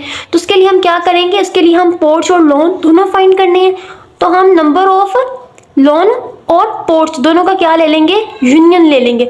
अगर हम यूनियन फाइंड कर लें मतलब हम टोटल हाउस फाइंड कर लें जिनके पास लोन भी है पोर्च भी है, क्योंकि यूनियन में सब कुछ आ जाता है, लोन वाले हाउस भी आ जाएंगे और पोर्च वाले हाउस भी आ जाएंगे, इसलिए हमने यूनियन लिया है।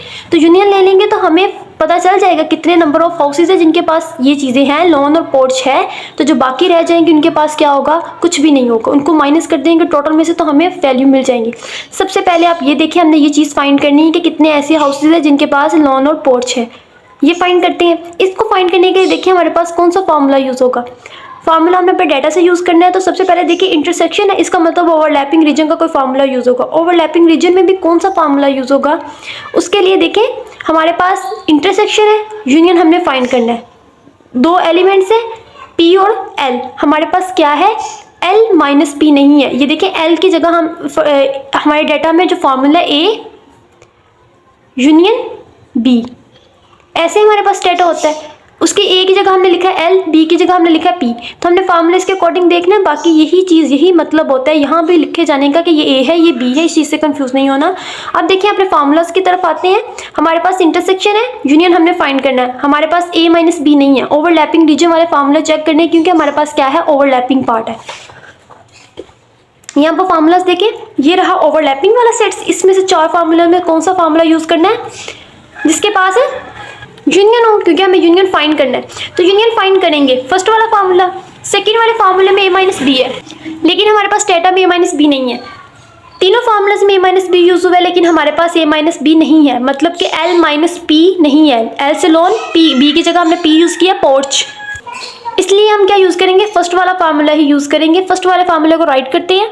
यहाँ पर देखिए हमारा क्वेश्चन नंबर 4 हमने यहाँ पर डाटा राइट किया था, डाटा में 2 चीज़ें फाइंड करनी थी L यूनियन P, क्योंकि हमें पहले वो हाउस फाइंड करनी है जिनके पास लोन और पोर्च है, उसके बाद हम फाइंड करेंगे कितने ऐसे हाउसेज है जिनके पास कुछ भी नहीं है, ना ही लोन है नीदर लोन और नॉर अ पोर्च के कुछ भी नहीं है। सोल्यूशन में हमने एक फार्मूला चूज कर लिया था कि फर्स्ट वाला फार्मूला हमारे पास अप्लाई हो रहा है ओवरलैपिंग रीजन में, उस फार्मूले को हमने लिखा उसको अपने अकॉर्डिंग सेट कर लिया। A की जगह हमने L लिया था, B की जगह पर P से पोर्च लिया था। अब देखिए L यूनियन P तो हमने क्या करना है फाइंड करना है। अब हमारे पास N loan number of houses जिनके पास लोन है वो कितने थे 25, तो हम यहाँ क्या लिखेंगे 25 प्लस पोर्च वाले हाउसेज कितने हैं 32, तो हम यहाँ क्या लिखेंगे 32 माइनस दोनों का इंटरसेक्शन लेकर हमें क्या मिला था 15, तो हम यहाँ क्या राइट करेंगे 15। अब देखिए इनको सोल्व करेंगे तो हमारे पास क्या आ जाएगा नंबर ऑफ हाउसेज जिनके पास लोन और पोर्च है, इनको सोल्व करेंगे तो हमारे पास यहाँ पर आंसर आ जाएगा 42, मतलब कि हमारे पास 42 एक ऐसे हाउसेज है जिनके पास लोन है और पोर्च है, मतलब यहाँ तो उनके पास लोन होगा यहाँ तो पोर्च होगा, मतलब कुछ ना कुछ तो है ना, यूनियन ले रही है लोन और पोर्च दोनों हाउसेज को मिलाकर, तो हमारे पास क्या बनता है 42 आ गया। अब देखिए 42 ऐसे हाउसेज है जिनके पास लोन है यहाँ तो पोर्च है, लेकिन हमें कौन से हाउसेज फाइंड करने थे जिनके पास कुछ भी नहीं है। अब जिनके पास कोई कुछ भी नहीं, ना लोन है ना पोर्च है, तो देखिए आपके पास अगर ऐसे हाउसेज आपको पता हो, 50 टोटल हाउसेज थे, 50 हाउसेज में आपको ऐसा पता है कि 42 ऐसे हाउसेज है जिनके पास लोन है और पोर्च है, तो आप फाइंड नहीं कर सकते जिनके पास लोन और पोर्च नहीं होगा। 42 ऐसे हाउसेज थे जिनके पास लोन है और पोर्च है, बाकी हाउसेज ऐसे होंगे जिनके पास है कुछ भी नहीं है।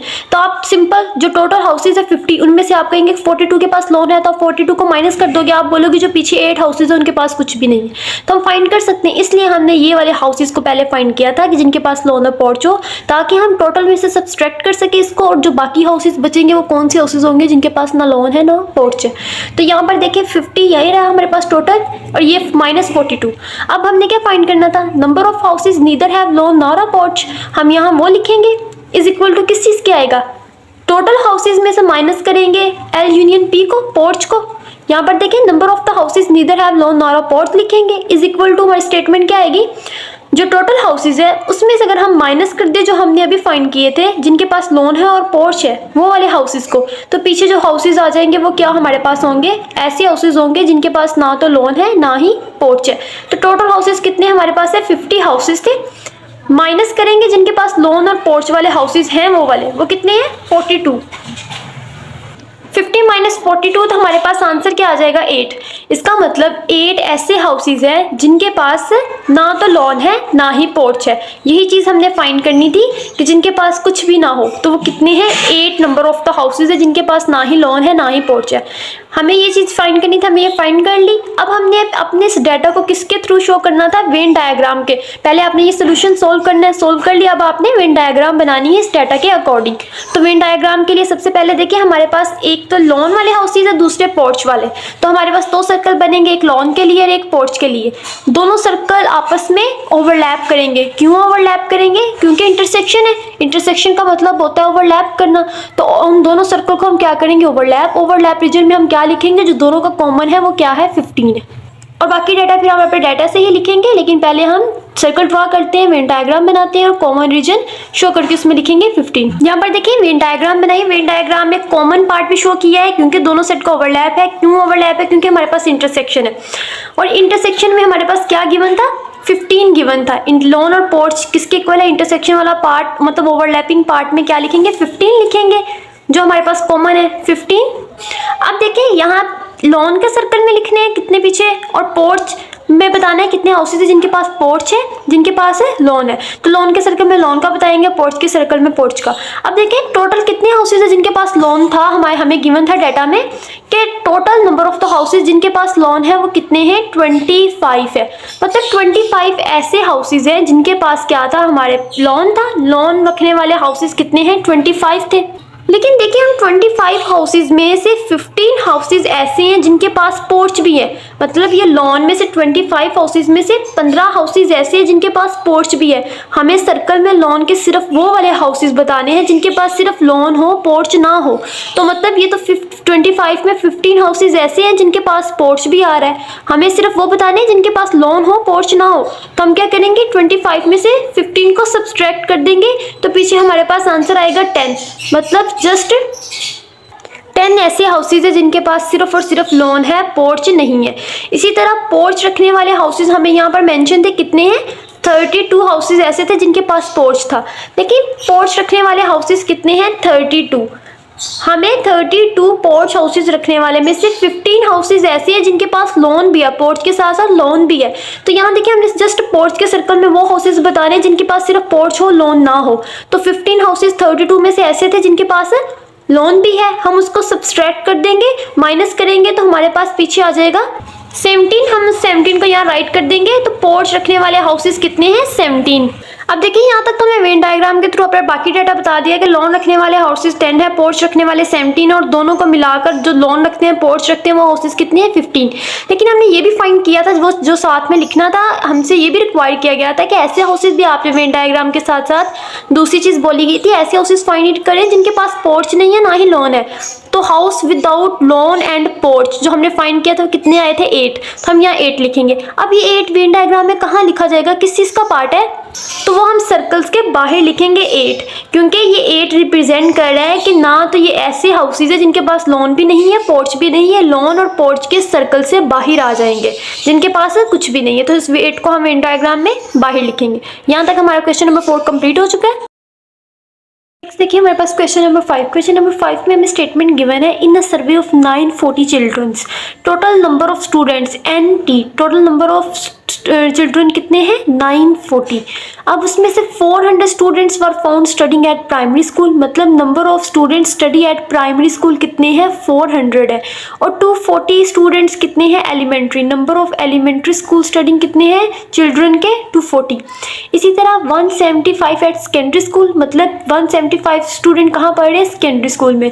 हमें 3 चीज़ें गिवन है, प्राइमरी लेवल स्टूडेंट्स, एलिमेंट्री और सेकेंडरी, मतलब P एलिमेंट्री को E से रिप्रेजेंट करेंगे और सेकेंडरी को S से। अब हमारे पास 3 चीज़ों का डाटा आ गया और टोटल नंबर ऑफ स्टूडेंट्स कितने हैं 940। हमने क्या इससे फाइंड करना है, एक तो हमने वेन डायग्राम बनानी है अपने डाटा के according, how many children were found out of school, और क्या चीज़ फाइंड करनी है, एक हमने ये फाइंड करना है कि कितने स्टूडेंट ऐसे हैं जो स्कूल में है ही नहीं है। मतलब टोटल 940 स्टूडेंट्स थे, 940 में से ये तीनों जो नंबर्स दिए गए हैं ये सारे क्या है एक स्कूल में है, लेकिन इनको टोटल करेंगे तो हमारे पास इसमें से सब्सट्रैक्ट करेंगे, जो बाकी बचेंगे वो क्या होंगे आउट ऑफ स्कूल। मतलब हमसे ये पूछा गया है कि 400 240 175 ये इतने स्टूडेंट सारे कहाँ पढ़े एक स्कूल में है। अब आप इन टोटल स्टूडेंट में ऐसे स्टूडेंट फाइंड करें जो कि स्कूल नहीं जा रहे, मतलब out of the school, school से बाहर है, स्कूल में नहीं है मौजूद। अब 940 में से ऐसे स्टूडेंट्स को आपने फाइंड करना है, तो आप कैसे फाइंड करेंगे। सबसे पहले देखिए आपके पास डाटा गिवन है उन स्टूडेंट्स का जो स्कूल के अंदर है, जो स्कूल में है, जो स्कूल जा रहे हैं। 400 जा रहे हैं, 240 जा रहे हैं, 175 जा रहे हैं। आप क्या करेंगे, ये सारे स्टूडेंट्स कौन से हैं जो स्कूल में है, आप इन सारे स्टूडेंट्स को क्या करेंगे सम कर देंगे। सम करके हमें एक नंबर मिल जाएगा, वो नंबर किस चीज़ का मिलेगा, उन सब स्टूडेंट्स का जो स्कूल जाते हैं। उस नंबर को टोटल नंबर में से माइनस कर दें कि जो स्टूडेंट स्कूल जाते हैं उसको माइनस कर दें टोटल स्टूडेंट में से, जो बाकी बच जाएंगे वो कौन से स्टूडेंट होंगे जो स्कूल से बाहर है। अपने क्वेश्चन का सबसे पहले डाटा राइट करते हैं, फिर इसको सोल्व करना स्टार्ट करते हैं, मजीद क्लियर हो जाएगा। जस्ट यहाँ पर स्टेटमेंट समझाइए। सबसे पहले आप डाटा लिखेंगे, number of total students, primary school students, elementary school students and secondary school student. यहाँ पर देखिए हमने क्वेश्चन नंबर 5 का डाटा राइट कर लिया। यहाँ डाटा राइट करने के बाद इस क्वेश्चन को सोल्व करने का सिंपल सा मेथड, इसमें कोई हम फार्मूला यूज़ नहीं करेंगे, सिंपल सा मेथड यूज़ करेंगे। देखिए हमें टोटल स्टूडेंट गिवन है, टोटल स्टूडेंट में ये सारे स्टूडेंट कौन सी हैं, ऐसे स्टूडेंट है जो स्कूल में जाते हैं, स्कूल जाते स्टूडेंट्स हमें गिवन है। अब देखें जब आपको पता है कितने स्टूडेंट स्कूल जा रहे हैं और आपको टोटल स्टूडेंट भी पता है और आपसे पूछा जाए कि ऐसे स्टूडेंट जो स्कूल नहीं जाते, तो आपको इतना पता है कि जो स्टूडेंट स्कूल जा रहे हैं वो कितने हैं। जब उनका नंबर पता होगा आप क्या करोगे, टोटल में से इसको माइनस कर दोगे और बता देंगे जो बाकी पीछे स्टूडेंट बच गए हैं वो स्कूल नहीं जाते। तो हम क्या करेंगे, सबसे पहले इन तीनों का सम करेंगे, जो स्टूडेंट स्कूल जाते हैं इन तीनों का सम करके एक नंबर फाइंड करेंगे, टोटल कितने स्टूडेंट हैं जो स्कूल जा रहे हैं। उसके लिए हम क्या करेंगे, सबसे पहले इन सम करना है तो इन तीनों को यूनियन लेंगे। यूनियन क्यों लेंगे, क्योंकि यूनियन का मतलब होता है ऑल स्टूडेंट्स, प्राइमरी के भी आ जाएंगे, एलिमेंट्री के भी आ जाएंगे, सेकेंडरी के आ जाएंगे। सम का भी यही मतलब होता है कि ऑल स्टूडेंट्स को लिखना, यूनियन का भी मतलब यही होता है कि ऑल स्टूडेंट्स को लिखना। तो यहाँ पर हम क्या लिखेंगे, सबसे पहले नंबर ऑफ स्टूडेंट्स जो प्राइमरी में जा रहे हैं उसका यूनियन किसके साथ, एलिमेंट्री के स्कूल के स्टूडेंट्स के साथ, और यूनियन सेकेंडरी के स्कूल के स्टूडेंट्स के साथ। अब यहाँ पर देखें इन सब का हमने क्या करना था, primary elementary school secondary school के स्टूडेंट्स को क्या करना है, सम करना है। तो हम सिंपल लिखेंगे जो प्राइमरी स्टूडेंट है और इसी तरह जो हमारे पास एलिमेंट्री स्कूल में जाने वाले स्टूडेंट है और इसी तरह नंबर ऑफ स्टूडेंट जो किस में जा रहे हैं, सेकेंडरी स्कूल में जा रहे हैं, इन तीनों को लिखेंगे। प्राइमरी में जाने वाले स्टूडेंट्स 400 है, अपने डाटा से देखेंगे, एलिमेंट्री में 240 है, 240 लिखेंगे। नेक्स्ट देखिए हमारे पास सेकेंडरी में कितनी है 175, तो 175 को राइट करेंगे। अब इन तीनों को हम सम कर देंगे तो हमारे पास आ जाएगा 815। 815 ऐसे स्टूडेंट्स हैं जो कि प्राइमरी, एलिमेंट्री और सेकेंडरी स्कूल के स्टूडेंट्स हैं। मतलब ऐसे स्टूडेंट्स हैं 815 हमारे पास जो कि स्कूल जा रहे हैं। 815 स्टूडेंट्स स्कूल के अंदर है, स्कूल में। अब हमने क्या फाइंड करना है, ऐसे स्टूडेंट जो स्कूल से आउट है, स्कूल से बाहर है। तो जब हमें इतना पता है कि 815 स्टूडेंट स्कूल के अंदर है, कितने में से 940 में से 815 स्कूल के अंदर है, जो बाकी होंगे वो कहाँ होंगे, स्कूल से बाहर होंगे। तो हमने सिंपल टोटल में से माइनस कर देना अपनी इस वैल्यू को, तो हमारे पास आंसर आ जाएगा। अब देखिए यहाँ पर 2 मेथड है, एक तो सिंपल आप लिखें कि हमारे पास number of students number of students out of school, जो स्कूल से बाहर है इसी को फाइंड करना था। किसके ऐसे फाइंड करेंगे, टोटल में से माइनस कर देंगे जितने स्टूडेंट स्कूल जाते हैं। तो जितने स्टूडेंट स्कूल जाते हैं उसको हमने ऊपर लिखकर फाइंड कर लिया, तो वो 815 थे। तो टोटल हमारे पास कितने हैं, 940 स्टूडेंट्स है। डाटा में हमें गिवन है कि टोटल स्टूडेंट्स कितने हैं, 940। तो 940 माइनस हमारे पास स्कूल जाने वाले स्टूडेंट्स कितने हैं, इसकी जगह पर 815 हमने फाइंड किया है। 815 को लिख देंगे तो पीछे हमारे पास क्या आ जाएंगे, 85। तो इसका मतलब 85 ऐसे स्टूडेंट्स हैं जो कहाँ हैं, आउट ऑफ स्कूल है, कि स्कूल से बाहर है। अब देखिए इस चीज़ को आप एक और मेथड से फाइंड कर सकते हैं। ये वाला मेथड भी बिल्कुल ठीक है, आप इससे भी फाइंड कर सकते हैं, लेकिन इसका एक और मेथड भी है। देखिए आपने क्या फाइंड करना है, इसका कॉम्प्लीमेंट फाइंड करेंगे। वो कैसे करेंगे, हम हमारे पास NP union elementary school, union secondary school, इसका कॉम्प्लीमेंट फाइंड करेंगे। अब देखिए कॉम्प्लीमेंट का मतलब क्या होता है, क्यों फाइंड करेंगे, कॉम्प्लीमेंट का भी मतलब यही होता है हमारे पास के जो टोटल हमारे पास होते हैं, जो टोटल नंबर ऑफ स्टूडेंट्स होंगे उसका माइनस कर देंगे, जो हमने इस चीज जिसका कॉम्प्लीमेंट लेना है उसमें से फाइंड कर देंगे। यहाँ पर देखें कॉम्प्लीमेंट का होता है यूनिवर्सल सेट में से माइनस करना उसी सेट को, कि जो सेट हमें गिवन है जिसका कॉम्प्लीमेंट ले रहे हैं उसी सेट को माइनस कर देना। जो यूनिवर्सल सेट का मतलब हमारे पास होता है टोटल नंबर ऑफ सेट, मतलब यूनिवर्सल का मतलब है यहाँ पर टोटल नंबर, जो टोटल नंबर्स होते हैं वही यूनिवर्सल सेट को रिप्रेजेंट करें। फॉर एग्जांपल यहाँ डाटा में देखिए आपके पास टोटल नंबर का सेट कितना है, 940। तो यूनिवर्सल सेट इस चीज़ के इक्वल होता है, नंबर ऑफ टोटल स्टूडेंट्स। अब देखिए हमने यहाँ पर एक नंबर, इस यूनिवर्सल सेट की जगह हम लिख सकते हैं नंबर ऑफ टोटल स्टूडेंट। तो हम यही करेंगे, अपने जो हमने यहाँ राइट किया था यूनिवर्सल सेट, उसकी जगह हम लिख देंगे कि इसकी जगह क्या आएगा, टोटल स्टूडेंट्स बताने हैं माइनस हमारे पास यही जिसका कॉम्प्लीमेंट लेंगे यूनिवर्सल माइनस वही वाला सेट आता है, मतलब टोटल माइनस वो वाला सेट।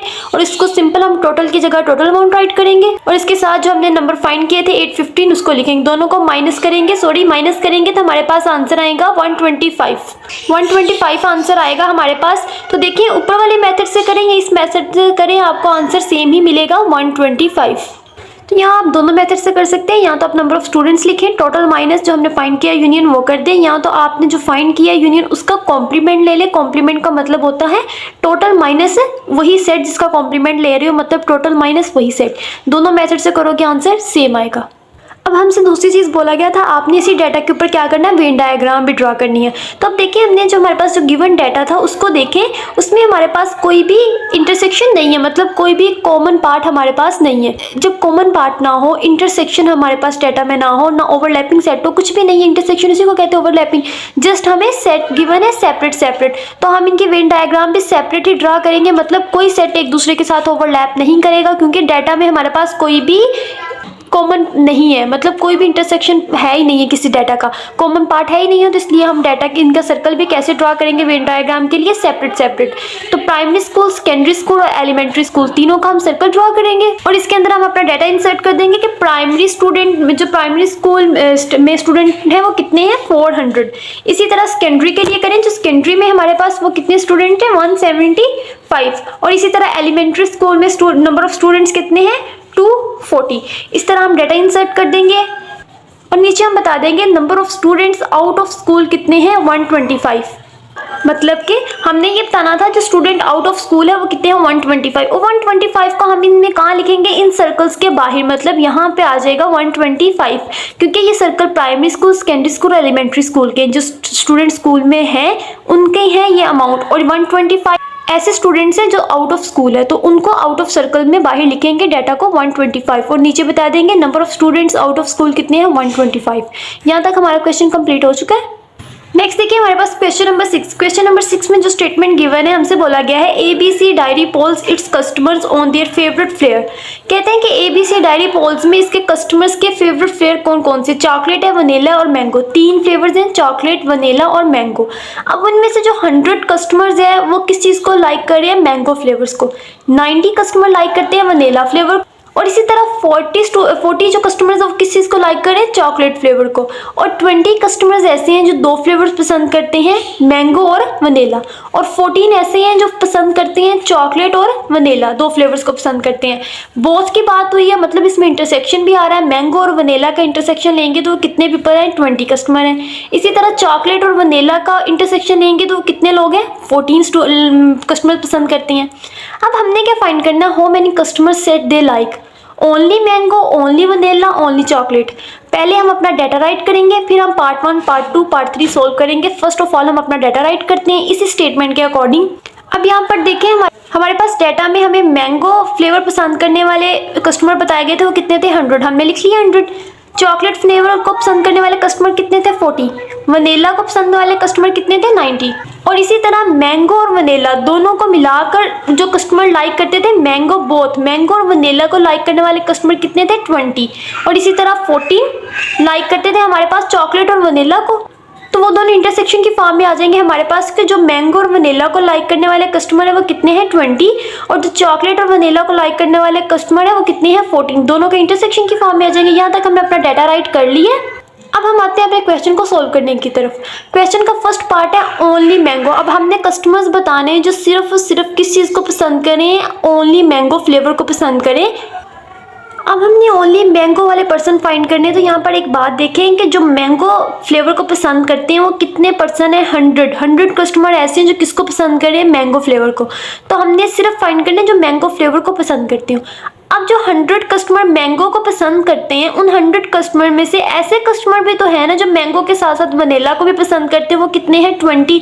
मतलब ये मैंगो वाले किसके साथ लिंक है, इस चीज़ के साथ लिंक है कि मैंगो फ्लेवर को साथ साथ 20 लोग ऐसे हैं जो वनीला फ्लेवर को भी पसंद करते हैं। हमें तो जस्ट मैंगो वाले चाहिए ना जो मैंगो को पसंद करें, मैंगो के अलावा किसी को पसंद ना करें, मतलब अकेले मैंगो को पसंद करें, साथ में वनीला एक चॉकलेट किसी और को पसंद ना करती हूँ, सिर्फ मैंगो फ्लेवर पसंद करती हूँ। तो अगर टोटल हमारे पास 100 ऐसे हैं जो मैंगो को पसंद करते हैं, लेकिन 100 में से 20 ऐसे हैं जो मैंगो के साथ वनीला को भी पसंद करते हैं, तो हम क्या करेंगे जो टोटल मैंगो को पसंद करने वाले कस्टमर हैं उनमें से माइनस कर देंगे इस वाले पार्ट को, 20 को निकाल देंगे क्योंकि वो वनीला को भी पसंद करते हैं। तो 100 माइनस 20 कर देंगे और बाकी जो हमारे पास कस्टमर आ जाएंगे वो क्या होंगे, सिर्फ और सिर्फ मैंगो को पसंद करने वाले। तो ओनली मैंगो का कैसे फाइंड करेंगे, इसके आगे हम लिखेंगे कि नंबर ऑफ कस्टमर जो मैंगो फ्लेवर को पसंद करते हैं उसमें से माइनस कर देंगे जो मैंगो के साथ किसी और को पसंद करते हैं। तो ये 2 गिवन है, मैंगो इसमें है तो इसी को हम सब्सट्रैक्ट करेंगे इसके अंदर से, कस्टमर माइनस वनीला। अब देखो मैंगो को पसंद करने वाले कितने हैं 100 कस्टमर्स हैं, माइनस मैंगो और वनीला को पसंद करने वाले कितने हैं 20 है। तो हम 100 माइनस 20 करेंगे तो हमें आंसर क्या मिलेगा 80। तो इसका मतलब जस्ट 80 ऐसे कस्टमर्स हैं जो किस चीज़ को पसंद कर रहे हैं, सिर्फ और सिर्फ मैंगो को पसंद करते हैं। हमने मैंगो को उठाया, उसमें से किसी और फ्लेवर को पसंद करते थे उसको माइनस कर दिया, बाकी हमारे पास 80 आया, 80 ही हमारा आंसर है। इसी तरह सेकेंड पार्ट और थर्ड पार्ट भी सोल्व करेंगे। सेकेंड पार्ट में हमें गिवन था कि ऐसे कस्टमर बताएं जो सिर्फ और सिर्फ किस चीज़ को पसंद कर रहे हैं, वनीला को पसंद करते हैं।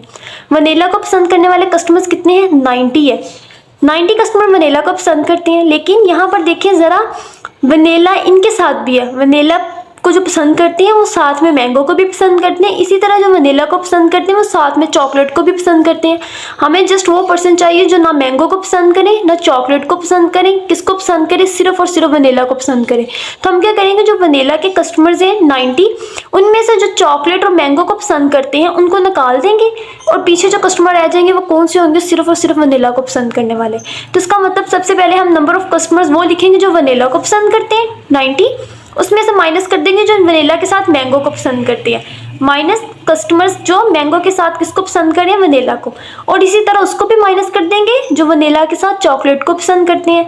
तो हमारे पास चॉकलेट इंटरसेक्शन भी वनीला भी आगे जाएगा। अब वनीला को पसंद करने वाले कस्टमर्स कितने हैं 90, हम 90 पुट करेंगे और मैंगो और वनीला दोनों को पसंद करने वाले कस्टमर्स कितने हैं 20, तो यहाँ 20 आ जाएगा।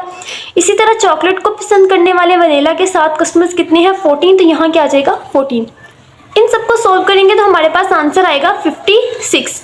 मतलब ऐसे कस्टमर जो सिर्फ और सिर्फ वनीला को पसंद करते हैं वो कितने हैं 56। सिर्फ 56 लोग ऐसे हैं जो सिर्फ और सिर्फ वनीला के फ्लेवर को पसंद करते हैं। इसी तरह पार्ट थर्ड भी आपने सोल्व करना है। पार्ट थर्ड में हमें गिवन है ऐसे कस्टमर जो सिर्फ चॉकलेट के फ्लेवर को पसंद करते हैं। तो अब देखें चॉकलेट को फ्लेवर को पसंद करने वाले कस्टमर कितने हैं 40। तो सबसे पहले तो हम ऐसे कस्टमर लिखेंगे जो चॉकलेट को पसंद करते हैं 40। अब देखिए इन 40 कस्टमर्स से ऐसे कस्टमर्स भी हैं जो चॉकलेट के साथ साथ वनीला का फ्लेवर भी पसंद करते हैं। हमें क्या चाहिए, सिर्फ और सिर्फ चॉकलेट को पसंद करने वाले, हमें ये नहीं चाहिए कि चॉकलेट के साथ वनीला को भी पसंद करें। तो हम क्या करेंगे, इस चीज़ को इसमें से माइनस कर देंगे तो हमारे पास आंसर आ जाएगा। तो हम चॉकलेट के फ्लेवर में से ऐसे लोगों को निकाल देंगे जो 2 फ्लेवर्स पसंद करें, चॉकलेट एंड वनीला। तो हम क्या करेंगे, यहाँ पे इसको सब्सट्रैक्ट कर देंगे। नेक्स्ट हम सिंपल डाटा पुट करेंगे। चॉकलेट को पसंद करने वाले 40 थे और वनीला इन दोनों को पसंद करने वाले 14 थे। इन दोनों को माइनस करेंगे तो हमारे पास आंसर आएगा 26। तो 26 ऐसे कस्टमर्स हैं जो सिर्फ और सिर्फ चॉकलेट के फ्लेवर को पसंद करते हैं।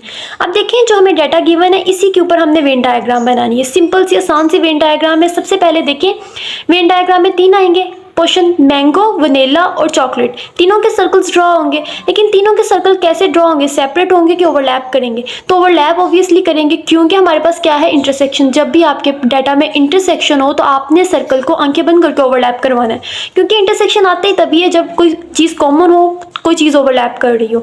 तो यहाँ पर देखिए दोनों में ओवरलैप है। मैंगो वनीला के साथ ओवरलैप कर रहा है और वनीला आगे से चॉकलेट के साथ ओवरलैप कर रहा है। हम मैंगो का सर्कल ड्रॉ करेंगे, उसको ओवरलैप करवाएंगे वनीला के साथ, वनीला को ओवरलैप करवाएंगे चॉकलेट के साथ। तो तीनों के सर्कल यहाँ देखें वेन डायग्राम में हमने ड्रॉ कर लिए, मैंगो, वनीला एंड चॉकलेट। अब मैंगो का सर्कल वनीला के साथ ओवरलैप करवाया, वनीला का चॉकलेट के साथ ओवरलैप करवाया। मैंगो और वनीला में कॉमन है, मैंगो और वनीला में कॉमन है, क्या है, 20। तो हम 20 को यहाँ लिखेंगे इसके ओवरलैप रीजन में 20। इसी तरह वनीला और चॉकलेट में कॉमन है, वनीला और चॉकलेट दोनों में कॉमन है कितने कस्टमर्स, 14। तो हम वनीला और चॉकलेट के यहाँ क्या लिखेंगे, 14।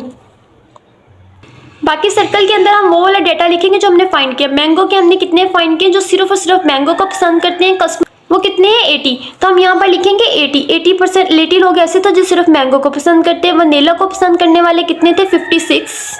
तो हम यहाँ क्या राइट करेंगे, 56। चॉकलेट को पसंद करने वाले कितने हैं, 26। तो हम यहाँ राइट करेंगे 26। तो हमने ये वेन डायग्राम के थ्रू भी अपने डाटा को रिप्रेजेंट कर दिया कि कितने लोग मैंगो, वनीला और चॉकलेट को पसंद कर रहे हैं और कितने दोनों फ्लेवर्स को पसंद कर रहे हैं। यहाँ तक हमारा क्वेश्चन नंबर 6 कंप्लीट हो चुका है।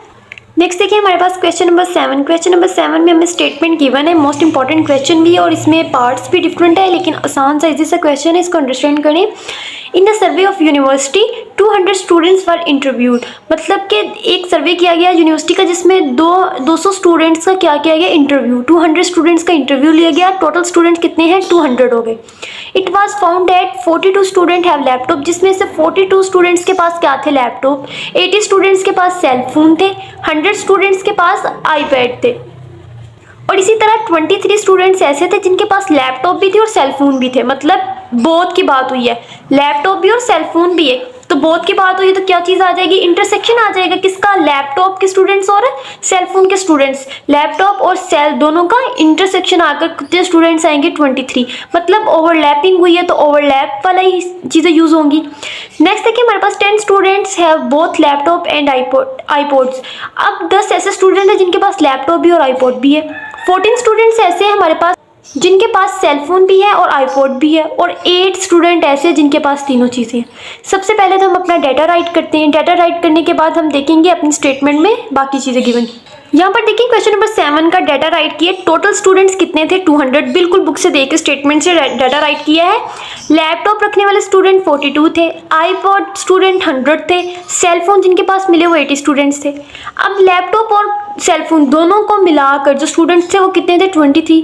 और ऐसे स्टूडेंट 10 ऐसे स्टूडेंट थे जिनके पास लैपटॉप भी था और आईपॉड भी था। 14 स्टूडेंट ऐसे थे जिनके पास सेल भी था और आईपॉड भी था। और उन्होंने कहा था 8 स्टूडेंट ऐसे हैं जिनके पास तीनों चीज़ें, मतलब तीनों चीज़ों का इंटरसेक्शन आ जाएगा, लैपटॉप, आईपॉड और सेल फोन। तीनों चीज़ें रखने वाले स्टूडेंट्स कितने हैं, 8 स्टूडेंट है। सबसे पहले हमने डाटा राइट कर लिया। अब डाटा के बाद हमने अपने क्वेश्चन सोल्व करने हैं जो पार्ट गिवन है ABC।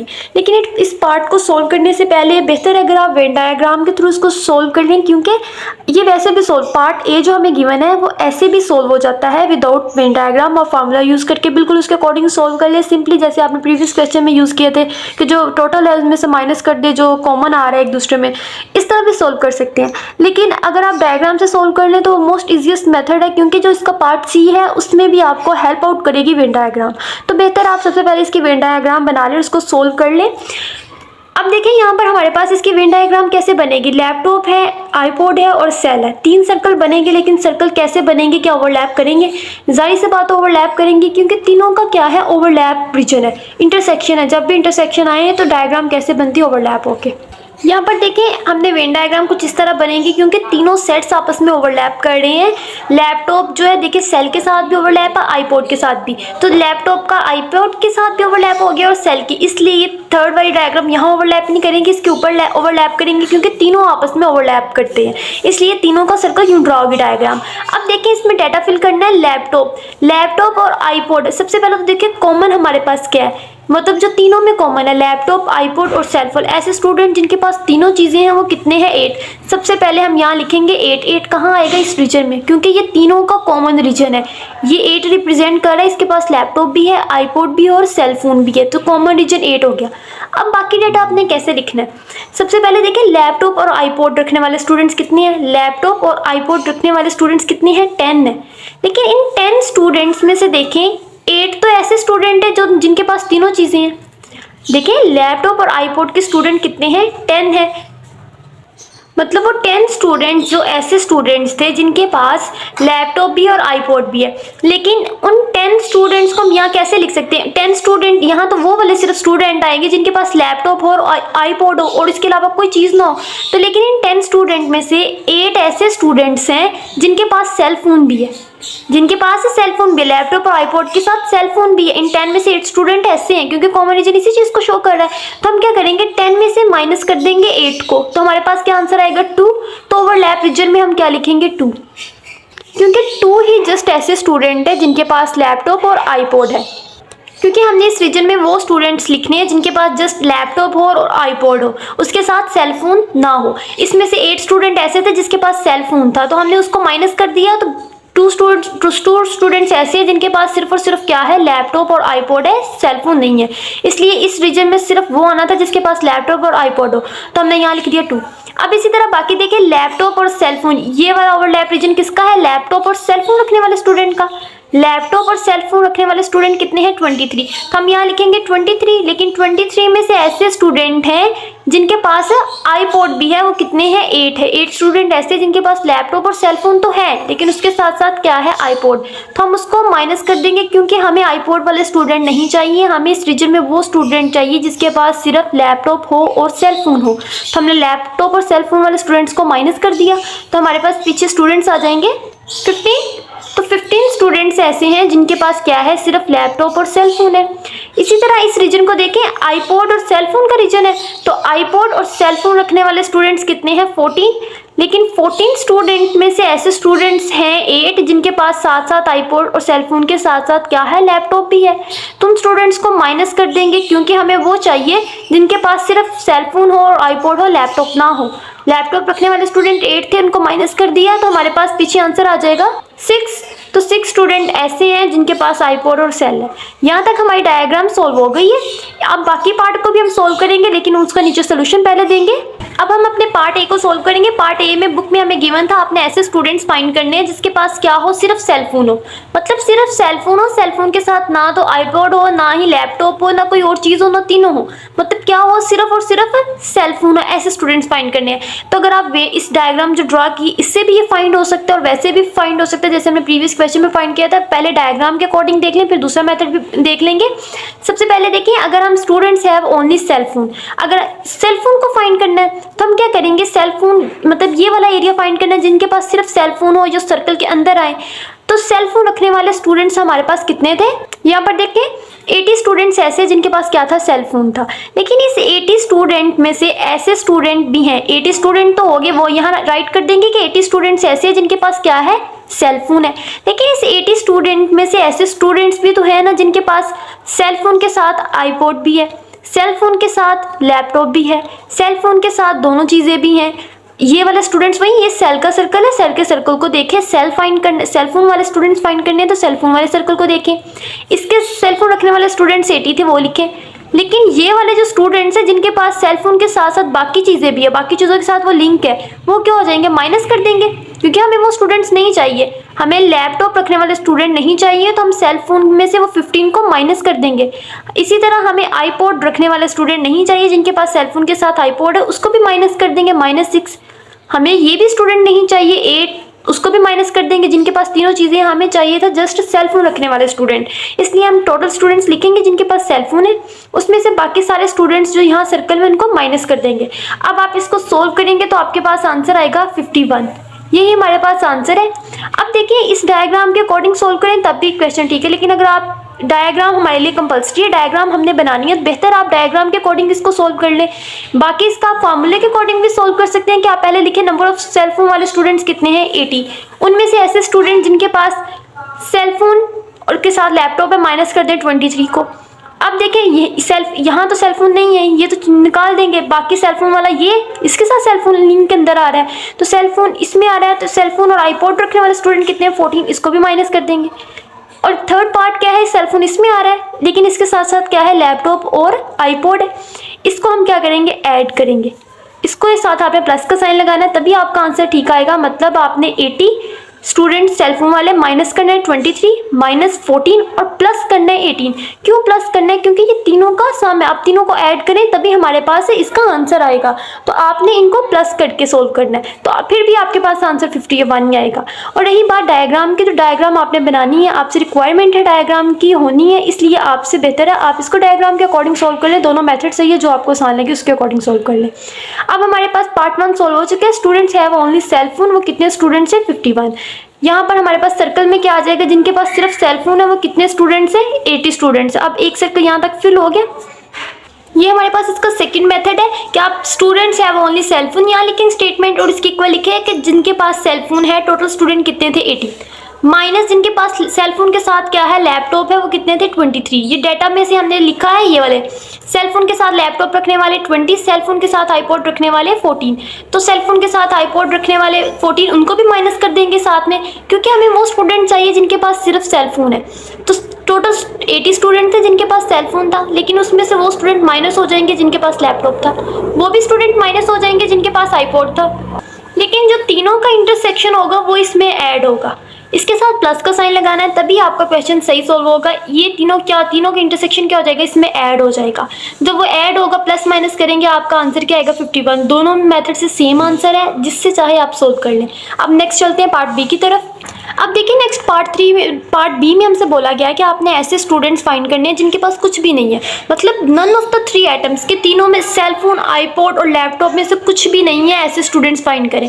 तो देखें ये चीज़ हम पहले प्रीवियस क्वेश्चन में भी फाइंड कर चुके हैं। जब इस तरह की चीज़ है तो इसको कैसे फाइंड कर सकते हैं कि जिनके पास कुछ भी नहीं है आपने वो फाइंड करने हैं। लेकिन अगर आपको ये पता चल जाए कि ये इतने स्टूडेंट्स हैं जिनके पास ये सब कुछ है, लैपटॉप भी है, आईपॉड भी है, सेल फोन है, या तो तीनों में से कोई एक चीज़ है, लैपटॉप है, सेल फोन वालों के पास सेल फोन है, लैपटॉप नहीं है तो सेल फोन तो एटलीस्ट है ना, मतलब तीनों में से कोई चीज़ है। अगर आपको ऐसे स्टूडेंट पता चल जाए जिनके पास एटलीस्ट जो इन चीज़ें हैं उनमें से कोई एक तो है, तो और टोटल नंबर ऑफ स्टूडेंट्स आपको पता हो, तो आप टोटल नंबर ऑफ स्टूडेंट में से ऐसे स्टूडेंट्स को माइनस कर दें कि जिनके पास सब कुछ है, तो जो पीछे स्टूडेंट्स रह जाएंगे तो वो कौन से होंगे, वो ऐसे स्टूडेंट्स होंगे जिनके पास है कोई चीज़ भी नहीं है। तो हमने बिल्कुल प्रीवियस क्वेश्चन की तरह इसको भी सोल्व करना था, लेकिन यहाँ पर देखिए 3 सेट्स की बात है, हमारे पास ABC 3 सेट्स है ना, लैपटॉप, आईपॉड और सेल फोन 3 सेट्स की बात है। हमें 3 सेट्स यहाँ पर गिवन है, हमें लैपटॉप, आईपॉड और सेल फोन हमें गिवन है। यहाँ पर हम कौन सा फार्मूला यूज़ करेंगे, वो फार्मूला यूज़ करेंगे जिनके पास 3 सेट्स वाला फार्मूला, मतलब कि जो हमने रखा था, एक फार्मूला देखा था अपने सेट में से कि ऐसा फार्मूला तब यूज़ होगा जब ABC 3 सेट्स हो। तो यहाँ लैपटॉप, आईपॉड और सेल फोन 3 सेट्स की बात है, तो हम ये वाला फार्मूला यूज़ करेंगे, तीनों सेट्स वाला। अब देखिए ये फार्मूला यूज़ करके हमें ये पता चल जाएगा कि इन सब का यूनियन ले लें, लैपटॉप रखने वाले स्टूडेंट्स, आईपॉड रखने वाले स्टूडेंट, सेल फोन रखने वाले स्टूडेंट्स, इन तीनों का यूनियन ले लें। यूनियन का मतलब क्या होता है, सम, मतलब सारी चीज़ें रखने वाले। तो अगर हम इनका यूनियन ले लें, यूनियन में सारे स्टूडेंट्स आ जाएंगे जिनके पास लैपटॉप होगा, आईपॉड होगा, सेल फोन होगा, यूनियन में सारे स्टूडेंट्स वो आ जाएंगे। तो जब हम यूनियन ले लेंगे हमें ऐसे स्टूडेंट्स मिल जाएंगे जिनके पास लैपटॉप, आईपॉड, सेल फोन है। उन स्टूडेंट्स को हम क्या कर देंगे, माइनस कर देंगे टोटल नंबर ऑफ स्टूडेंट में से। स्टेप वाइज सोल्व करते हैं, आपको मजीद क्लियर हो जाएगा क्वेश्चन को कैसे सोल्व करना है। सबसे पहले देखें, हम अपना फार्मूला राइट करेंगे। फार्मूले में देखिए हमने फार्मूला जो देखा था वही राइट कर लिया 3 सेट्स के लिए। अब हम पहले इनका यूनियन फाइंड करेंगे, ऐसे स्टूडेंट्स फाइंड करेंगे जिनके पास सब कुछ है। इस फार्मूले को अपने डाटा के अकॉर्डिंग सोल्व कर ले। हिंट के लिए जस्ट मैंने ऊपर लिख दिया है समझाने के लिए कि देखिए जो ए स्टूडेंट है, ए एल सेट है, वो किस चीज़ को रिप्रेजेंट कर रहा है? ऐसे स्टूडेंट जिनके पास लैपटॉप है। बी रिप्रेजेंट कर रहा है आईपॉड वाले स्टूडेंट्स को। सी रिप्रेजेंट कर रहा है सेलफोन वाले स्टूडेंट को। इंटरसेक्शन ए बी का होगा तो ए बी किसको रिप्रेजेंट कर रही है? लैपटॉप और आईपॉड। तो लैपटॉप और आईपॉड वाले स्टूडेंट का इंटरसेक्शन आएगा, मतलब इस फॉर्मूले को हमने अपने अकॉर्डिंग अरेंज कर दिया है। हिंट के लिए जस्ट ऊपर अल्फाबेट्स लिख दिए। नेक्स्ट इस फॉर्मूले में डाटा इंसर्ट करेंगे। सबसे पहले देखिए नंबर ऑफ स्टूडेंट जिनके पास लैपटॉप है, तो लैपटॉप रखने वाले स्टूडेंट्स हमारे पास कितने थे? 42। ये हम डाटा से लिख रहे हैं, जो हमने डाटा राइट किया वहीं से। अब नंबर ऑफ स्टूडेंट जिनके पास आईपॉड है वो कितने थे? 100 स्टूडेंट्स थे। नंबर ऑफ स्टूडेंट जिनके पास सेल फोन थे वो कितने थे? 80। नंबर ऑफ स्टूडेंट जिनके पास लैपटॉप और आईपॉड थे वो कितने थे? 10 स्टूडेंट्स थे। ऐसे स्टूडेंट जिनके पास आईपॉड और सेल फोन थे वो कितने थे? 14 स्टूडेंट्स थे। स्टूडेंट जिनके पास लैपटॉप और सेल फोन दोनों थे वो कितने थे? 23 स्टूडेंट्स थे। प्लस तीनों का इंटरसेक्शन लेके जो आंसर आया था वो क्या था? 8 स्टूडेंट ऐसे थे जिनके पास तीनों चीज़ें थी, तो 8 यहाँ पर आ जाएगा। अब हम इसको सोल्व करेंगे, सिंप्लीफाई करके हमारे पास आंसर आएगा, हमारे पास आंसर आ जाएगा 183। अब 183 हमारे पास क्या आया है? नंबर ऑफ ऐसे स्टूडेंट जिनके पास तीनों चीज़ें, मतलब है तीनों में से कुछ तो है, सेल फोन, लैपटॉप और आईपॉड, वो कितने हैं? 183। अब हमने इसी सेट का कॉम्प्लीमेंट लेना है। क्यों लेंगे कॉम्प्लीमेंट? या तो कॉम्प्लीमेंट ले लें या तो डायरेक्ट आप यहाँ पे स्टेटमेंट लिखिए हमारे पास कि ऐसे हमने क्या फाइंड करना था? नन ऑफ द 3 एटम्स के ऐसे स्टूडेंट जिनके पास कुछ भी नहीं, यहाँ वो स्टेटमेंट लिखेंगे। स्टेटमेंट लिखकर हम इक्वल लगाएंगे और क्या करेंगे? टोटल स्टूडेंट में से माइनस कर देंगे किस चीज़ को? जो हमने फाइंड की है, जो जिन स्टूडेंट्स के पास सब कुछ है। या तो आप डायरेक्ट इस मेथड से कर लें या आप कॉम्प्लीमेंट ले लें। कॉम्प्लीमेंट का मतलब यही होता है, प्रीवियस क्वेश्चन में हम समझ चुके हैं इसका कंसेप्ट। टोटल स्टूडेंट्स हमारे पास कितने हैं? 200 है, माइनस डाटा में गिवन है 200, हमने फाइंड किया वो कितने आए हैं? 183। इन दोनों को माइनस करेंगे तो हमारे पास आंसर आएगा 17। मतलब 17 ऐसे स्टूडेंट्स हैं जिनके पास कुछ भी नहीं है, नन ऑफ द 3 एटम्स के, जिनके पास नन ऑफ द 3 एटम्स है, कुछ भी नहीं है तीनों में से, वो कितने हैं? 17 स्टूडेंट्स। ऐसे भी आंसर सेम आएगा। अगर आप चाहें तो कॉम्प्लीमेंट वाले मेथड से कर लें कि जो आपने आंसर फाइंड किया है A union B union C, इसी का क्या ले लें? कॉम्प्लीमेंट। कॉम्प्लीमेंट का मतलब होता है टोटल, यूनिवर्सल रिप्रेजेंट करता है टोटल नंबर ऑफ स्टूडेंट्स को, सेट्स को, माइनस जिस सेट का कॉम्प्लीमेंट लिया है वो सेट खुद ही आ जाता है कॉम्प्लीमेंट में, ए सी। अब देखिए यूनिवर्सल का मतलब क्या होता है? Total number of student. N T total number of students कितने थे? 200। यूनिवर्सल का भी मतलब होता है टोटल, टोटल ही लिखना है इसकी जगह। 200 माइनस 183 तब भी करेंगे तो हमारा आंसर क्या आएगा? 17। दोनों मेथड में से जिस मेथड मर्जी से कर लें, या तो इसको इस मेथड से कर लें या तो इसको इस मेथड से सोल्व कर लें, आंसर सेम ही आएगा, 17। हमने फाइंड कर लिया 17 ऐसे स्टूडेंट है जिनके पास कुछ भी नहीं। अब इसको वेन डायग्राम में कहाँ लिखेंगे? Out of the circles. तो हम सर्कल के बाहर इसको यहाँ पर लिख देंगे 17 ऐसे स्टूडेंट्स हैं जिनके पास कोई चीज़ भी नहीं है। 17 ऐसे स्टूडेंट्स हो जाएंगे, वो सर्कल से बाहर आ जाएंगे, क्योंकि ये सर्कल्स के अंदर वो डाटा जिनके पास लैपटॉप, आईपॉड, सेलफोन में से कुछ है, सर्कल के बाहर वो डाटा रिप्रेजेंट करेगा जिनके पास कुछ भी नहीं है। 17 स्टूडेंट्स हमारे पास ऐसे हैं जिनके पास ना लैपटॉप है, ना आईपॉड है, ना सेलफोन है। नेक्स्ट हमारे पास पार्ट सी सोल्व करते हैं। देखिए पार्ट सी में हमें स्टेटमेंट गिवन है कि आपने ऐसे स्टूडेंट्स फाइंड करने हैं, students have both laptop and iPod. ऐसे स्टूडेंट फाइंड करें जिनके पास लैपटॉप भी है और आईपॉड भी है, लेकिन उनके पास सिर्फ क्या नहीं है? सेलफोन नहीं है। लैपटॉप और आईपॉड तो होने चाहिए उनके पास, लेकिन क्या नहीं होना चाहिए? सेलफोन नहीं होना चाहिए। ऐसे स्टूडेंट फाइंड करने हैं, तो हम वेन डायग्राम के थ्रू ही ऐसे स्टूडेंट्स को फाइंड करेंगे जो हमने ड्रा की थी अपने इस डायग्राम के इस क्वेश्चन के लिए। उस डायग्राम को इस पार्ट को सोल्व करने से पहले आपने डायग्राम के 2 पार्ट्स को कंप्लीट करना है। जैसे आपने सेलफोन के लिए यहाँ निकाल कर लिखे थे स्टूडेंट्स के ऐसे स्टूडेंट जिनके लिए पास सिर्फ और सिर्फ सेलफोन है, इसी तरह आपने यहाँ भी फिल करने हैं ऐसे स्टूडेंट्स जिनके पास सिर्फ लैपटॉप और आईपैड हो, बिल्कुल इसी मेथड से जैसे ये हमने फाइंड किया था, यहाँ पर 51 निकाला था, इसी तरह। क्योंकि इस क्वेश्चन को सोल्व करने के लिए, इस पार्ट को सोल्व करने के लिए आपके पास लैपटॉप और आईपॉड का पता होना चाहिए कितने स्टूडेंट्स हैं जिनके पास लैपटॉप और आईपॉड है। पहले हम इसको सोल्व करते हैं, फिर जब क्वेश्चन में यूज़ करेंगे आपको खुद ही समझ आ जाएगी कि क्यों हमने ये फाइंड किए हैं। डायग्राम को कंप्लीट करने के लिए सबसे पहले देखें लैपटॉप वाला पार्ट सोल्व करते हैं। लैपटॉप के सर्कल के लिए फाइंड करते हैं कि ऐसे कौन से स्टूडेंट जिनके पास सिर्फ लैपटॉप हो, लैपटॉप के अलावा ना आईपॉड हो, ना सेलफोन हो, सिर्फ लैपटॉप हो। तो यहाँ पर देखिए लैपटॉप रखने वाले स्टूडेंट कितने थे? 42। उन 42 में स्टूडेंट में से लैपटॉप देखिए किस किस के साथ लिंक है। एक तो इधर से आईपॉड के साथ लिंक है, इधर से सेलफोन के साथ लिंक है, इधर से 8 के साथ लिंक है, जो कि तीनों का कॉमन है। इस लैपटॉप के सर्कल के अंदर देखिए यहाँ फिल करना है। तो 42 ऐसे स्टूडेंट है जिनके पास लैपटॉप है, लेकिन उन 42 में से 2 ऐसे स्टूडेंट्स हैं जिनके पास लैपटॉप के साथ साथ आईपॉड भी है, क्योंकि इसके साथ इंटरलिंक है। हम इसको इसमें से माइनस कर देंगे, -2।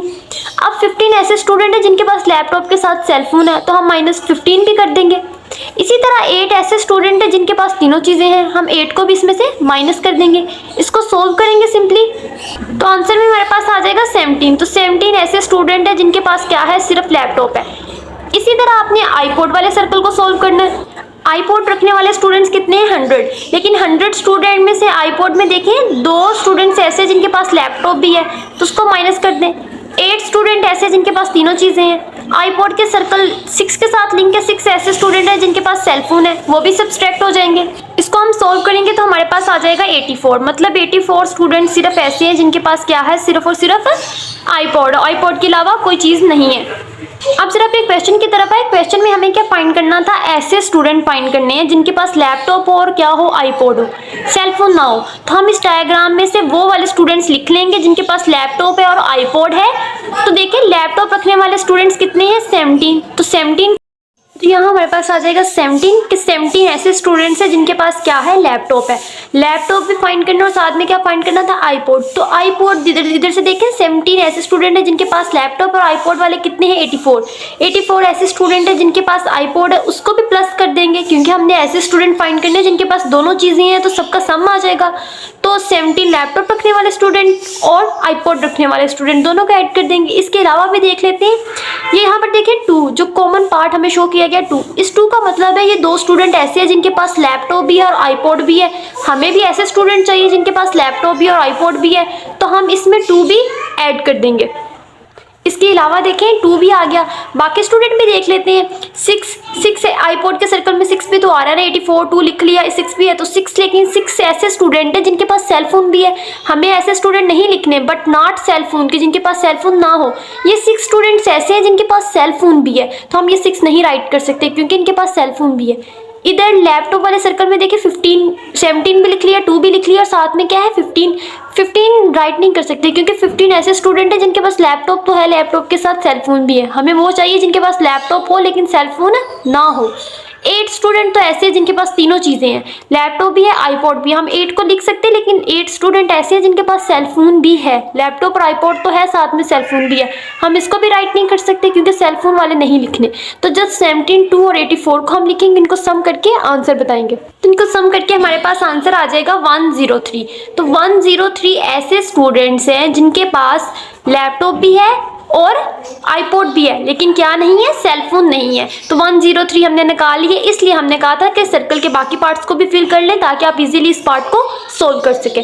अब यहाँ तक हमारा क्वेश्चन नंबर 7 कंप्लीट हो चुका है, पार्ट सी भी कंप्लीट हो गया है, और वेन डायग्राम भी हमने ड्रा कर ली जो कि साथ में ड्रा होगी। नेक्स्ट वीडियो में इंशाल्लाह हम इसी एक्सरसाइज के रिमेनिंग क्वेश्चन सोल्व करेंगे। अगर यहाँ तक वीडियो अच्छी लगी है, समझ आई है, तो please like, share and don't forget to subscribe my channel. Stay blessed. Allah हाफिज़।